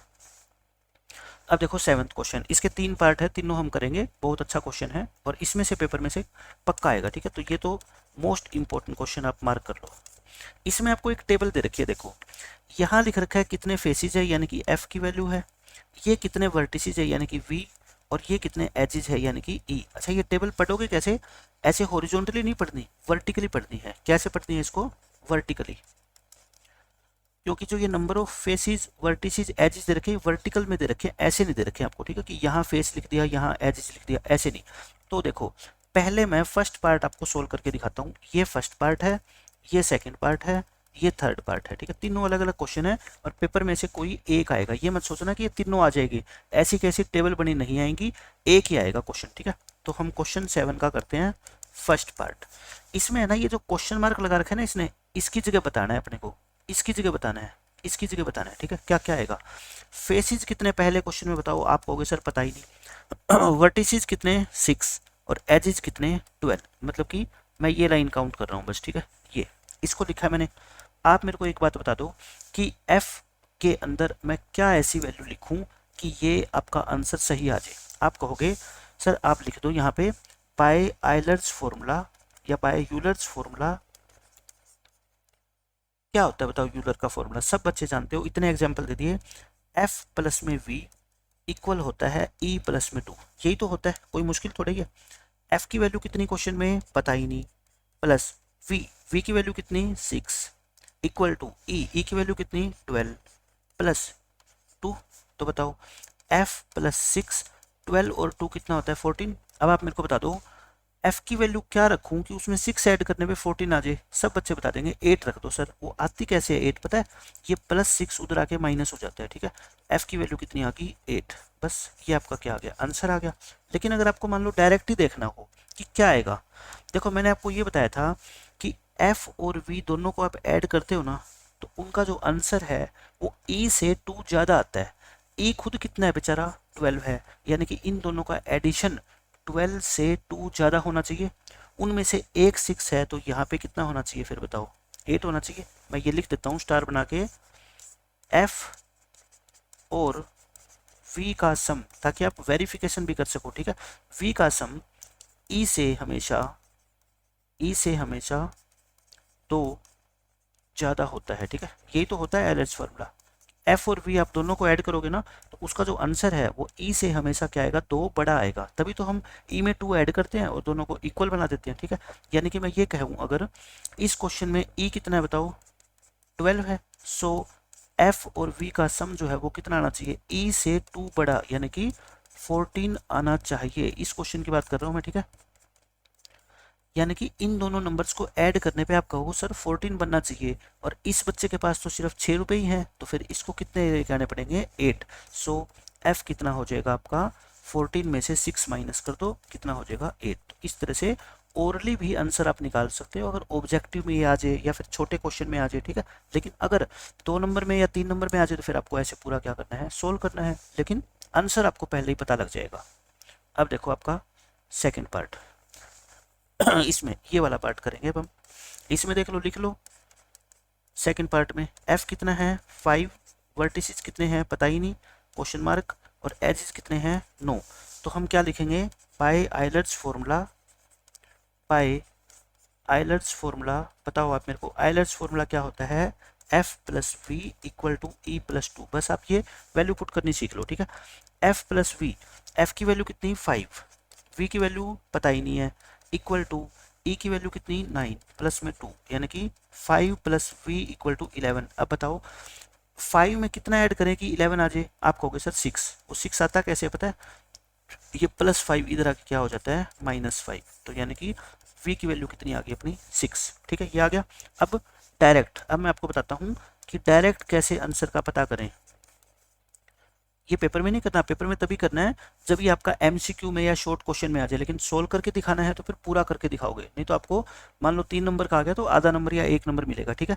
डायरेक्ट आंसर कैसे पता करें, अब आप मुझे बता दो बस कि डायरेक्ट कैसे पता करते थे। मैंने क्या कहा था कि एफ और वी का सम, एजेस कितने हैं यहाँ पे 9 है, तो एफ और वी का जो सम होगा वो इससे 2 क्या होगा, बड़ा होगा। यानी कि एफ और वी 2 बच्चे हैं, उन दोनों के पास मिला के जो रुपए होंगे ना वो 9 से 2 ज़्यादा, यानी कि 11 होंगे। आप कहोगे सर इन 2 बच्चों के पास मिला के 11 रुपीज़ है। मैं कहता हूँ 5 तो ये ले ही रखे इसने, फिर ये कितने लेके आएगा अपने घर से, 6 लेके आएगा, तभी तो 5 + 6 मिलके क्या होगा 11 होगा, और वही 6 आपका क्या है, इसका आंसर है, ठीक है। अब देख लो नेक्स्ट क्वेश्चन, थर्ड पार्ट, यानी कि ये वाला पार्ट हम करेंगे अब सोल्व। इसमें देख लो क्या क्या है आपका, एफ कितना है 20 और वी कितना है आपका 12, ई पता ही नहीं है, तो लिखो बाय आइलर्ट्स फॉर्मूला क्या होता है फॉर्मूला, एफ प्लस में वी इक्वल होता है ई प्लस में 2। एफ कितना 20, वी कितना 12, ई प्लस 2, ये कितना आ गया 32, इक्वल टू ई प्लस 2, या आप इसको उल्टा करके लिख दो, ई प्लस 2 इक्वल टू कितना है 32।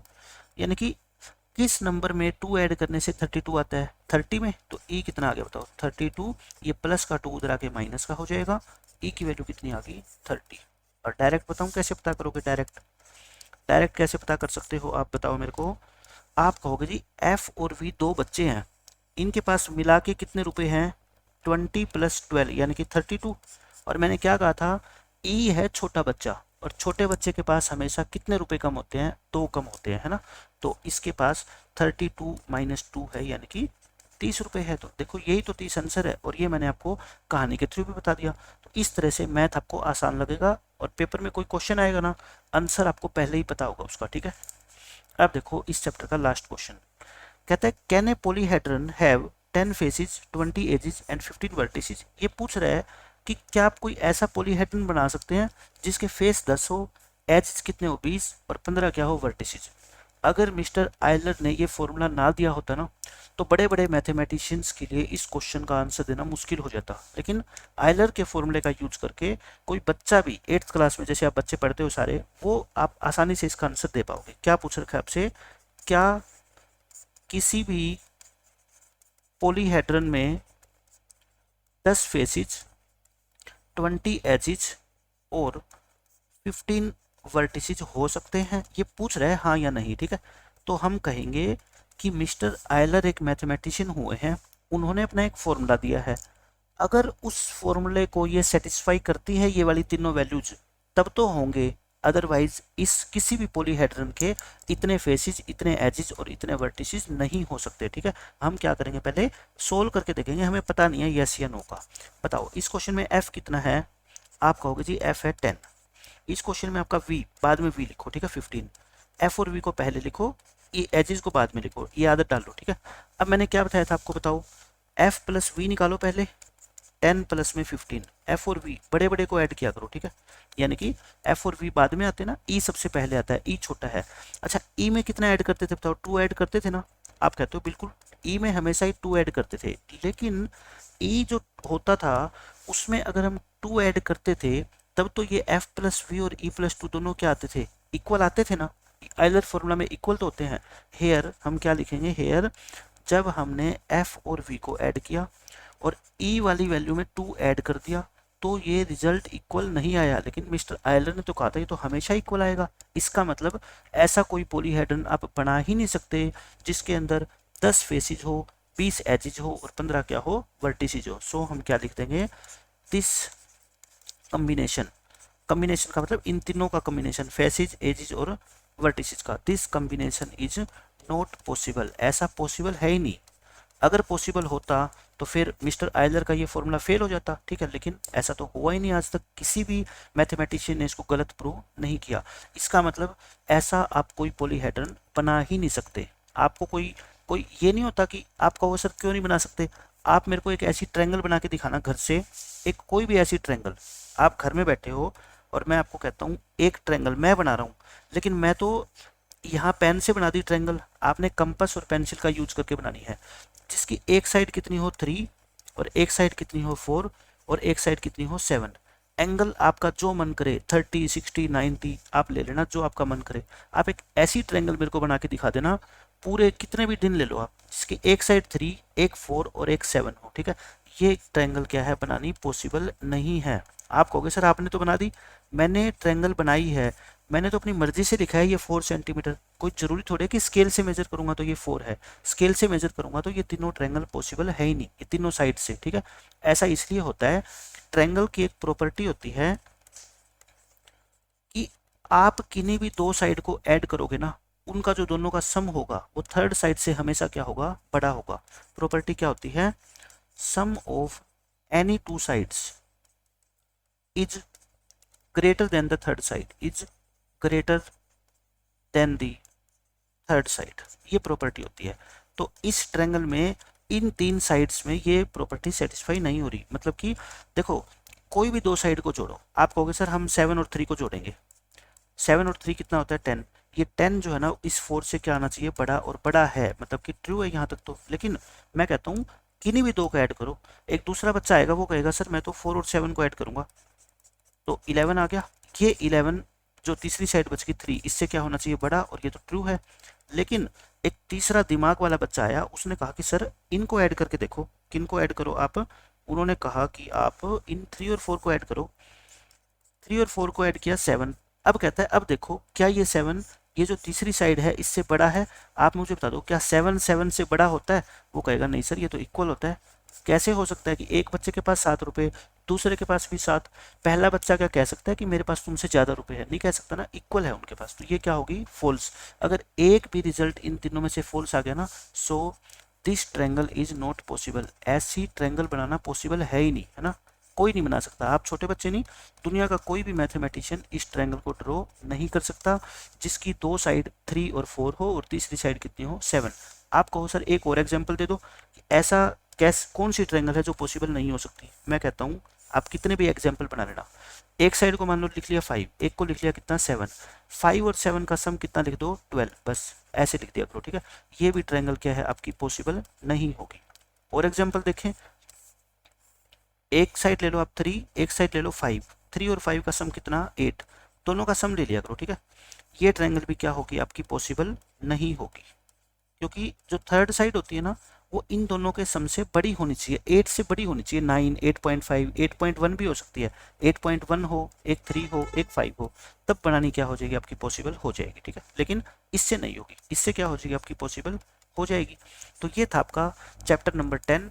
जितने भी क्वेश्चन आपके एग्जाम में आएंगे, इतना आप पढ़ लोगे ना इन 2 लेक्चर से, आपके सारे के सारे क्वेश्चन सोल्व हो जाएंगे। और इन 2 लेक्चर से आपकी नॉलेज भी काफ़ी बढ़ेगी, पॉलीहेड्रन के बारे में, प्रिज्म के बारे में, पिरामिड के बारे में, ताकि बड़ी क्लासेस के अंदर आप मैथमेटिक्स पढ़ोगे, कम्पिटिटिव एग्जाम की तैयारी करोगे, तो वहाँ पे आपको ज़्यादा मुश्किलें आएगी नहीं, ठीक है। तो मिलते हैं नेक्स्ट लेक्चर में, बाय बाय, टेक केयर।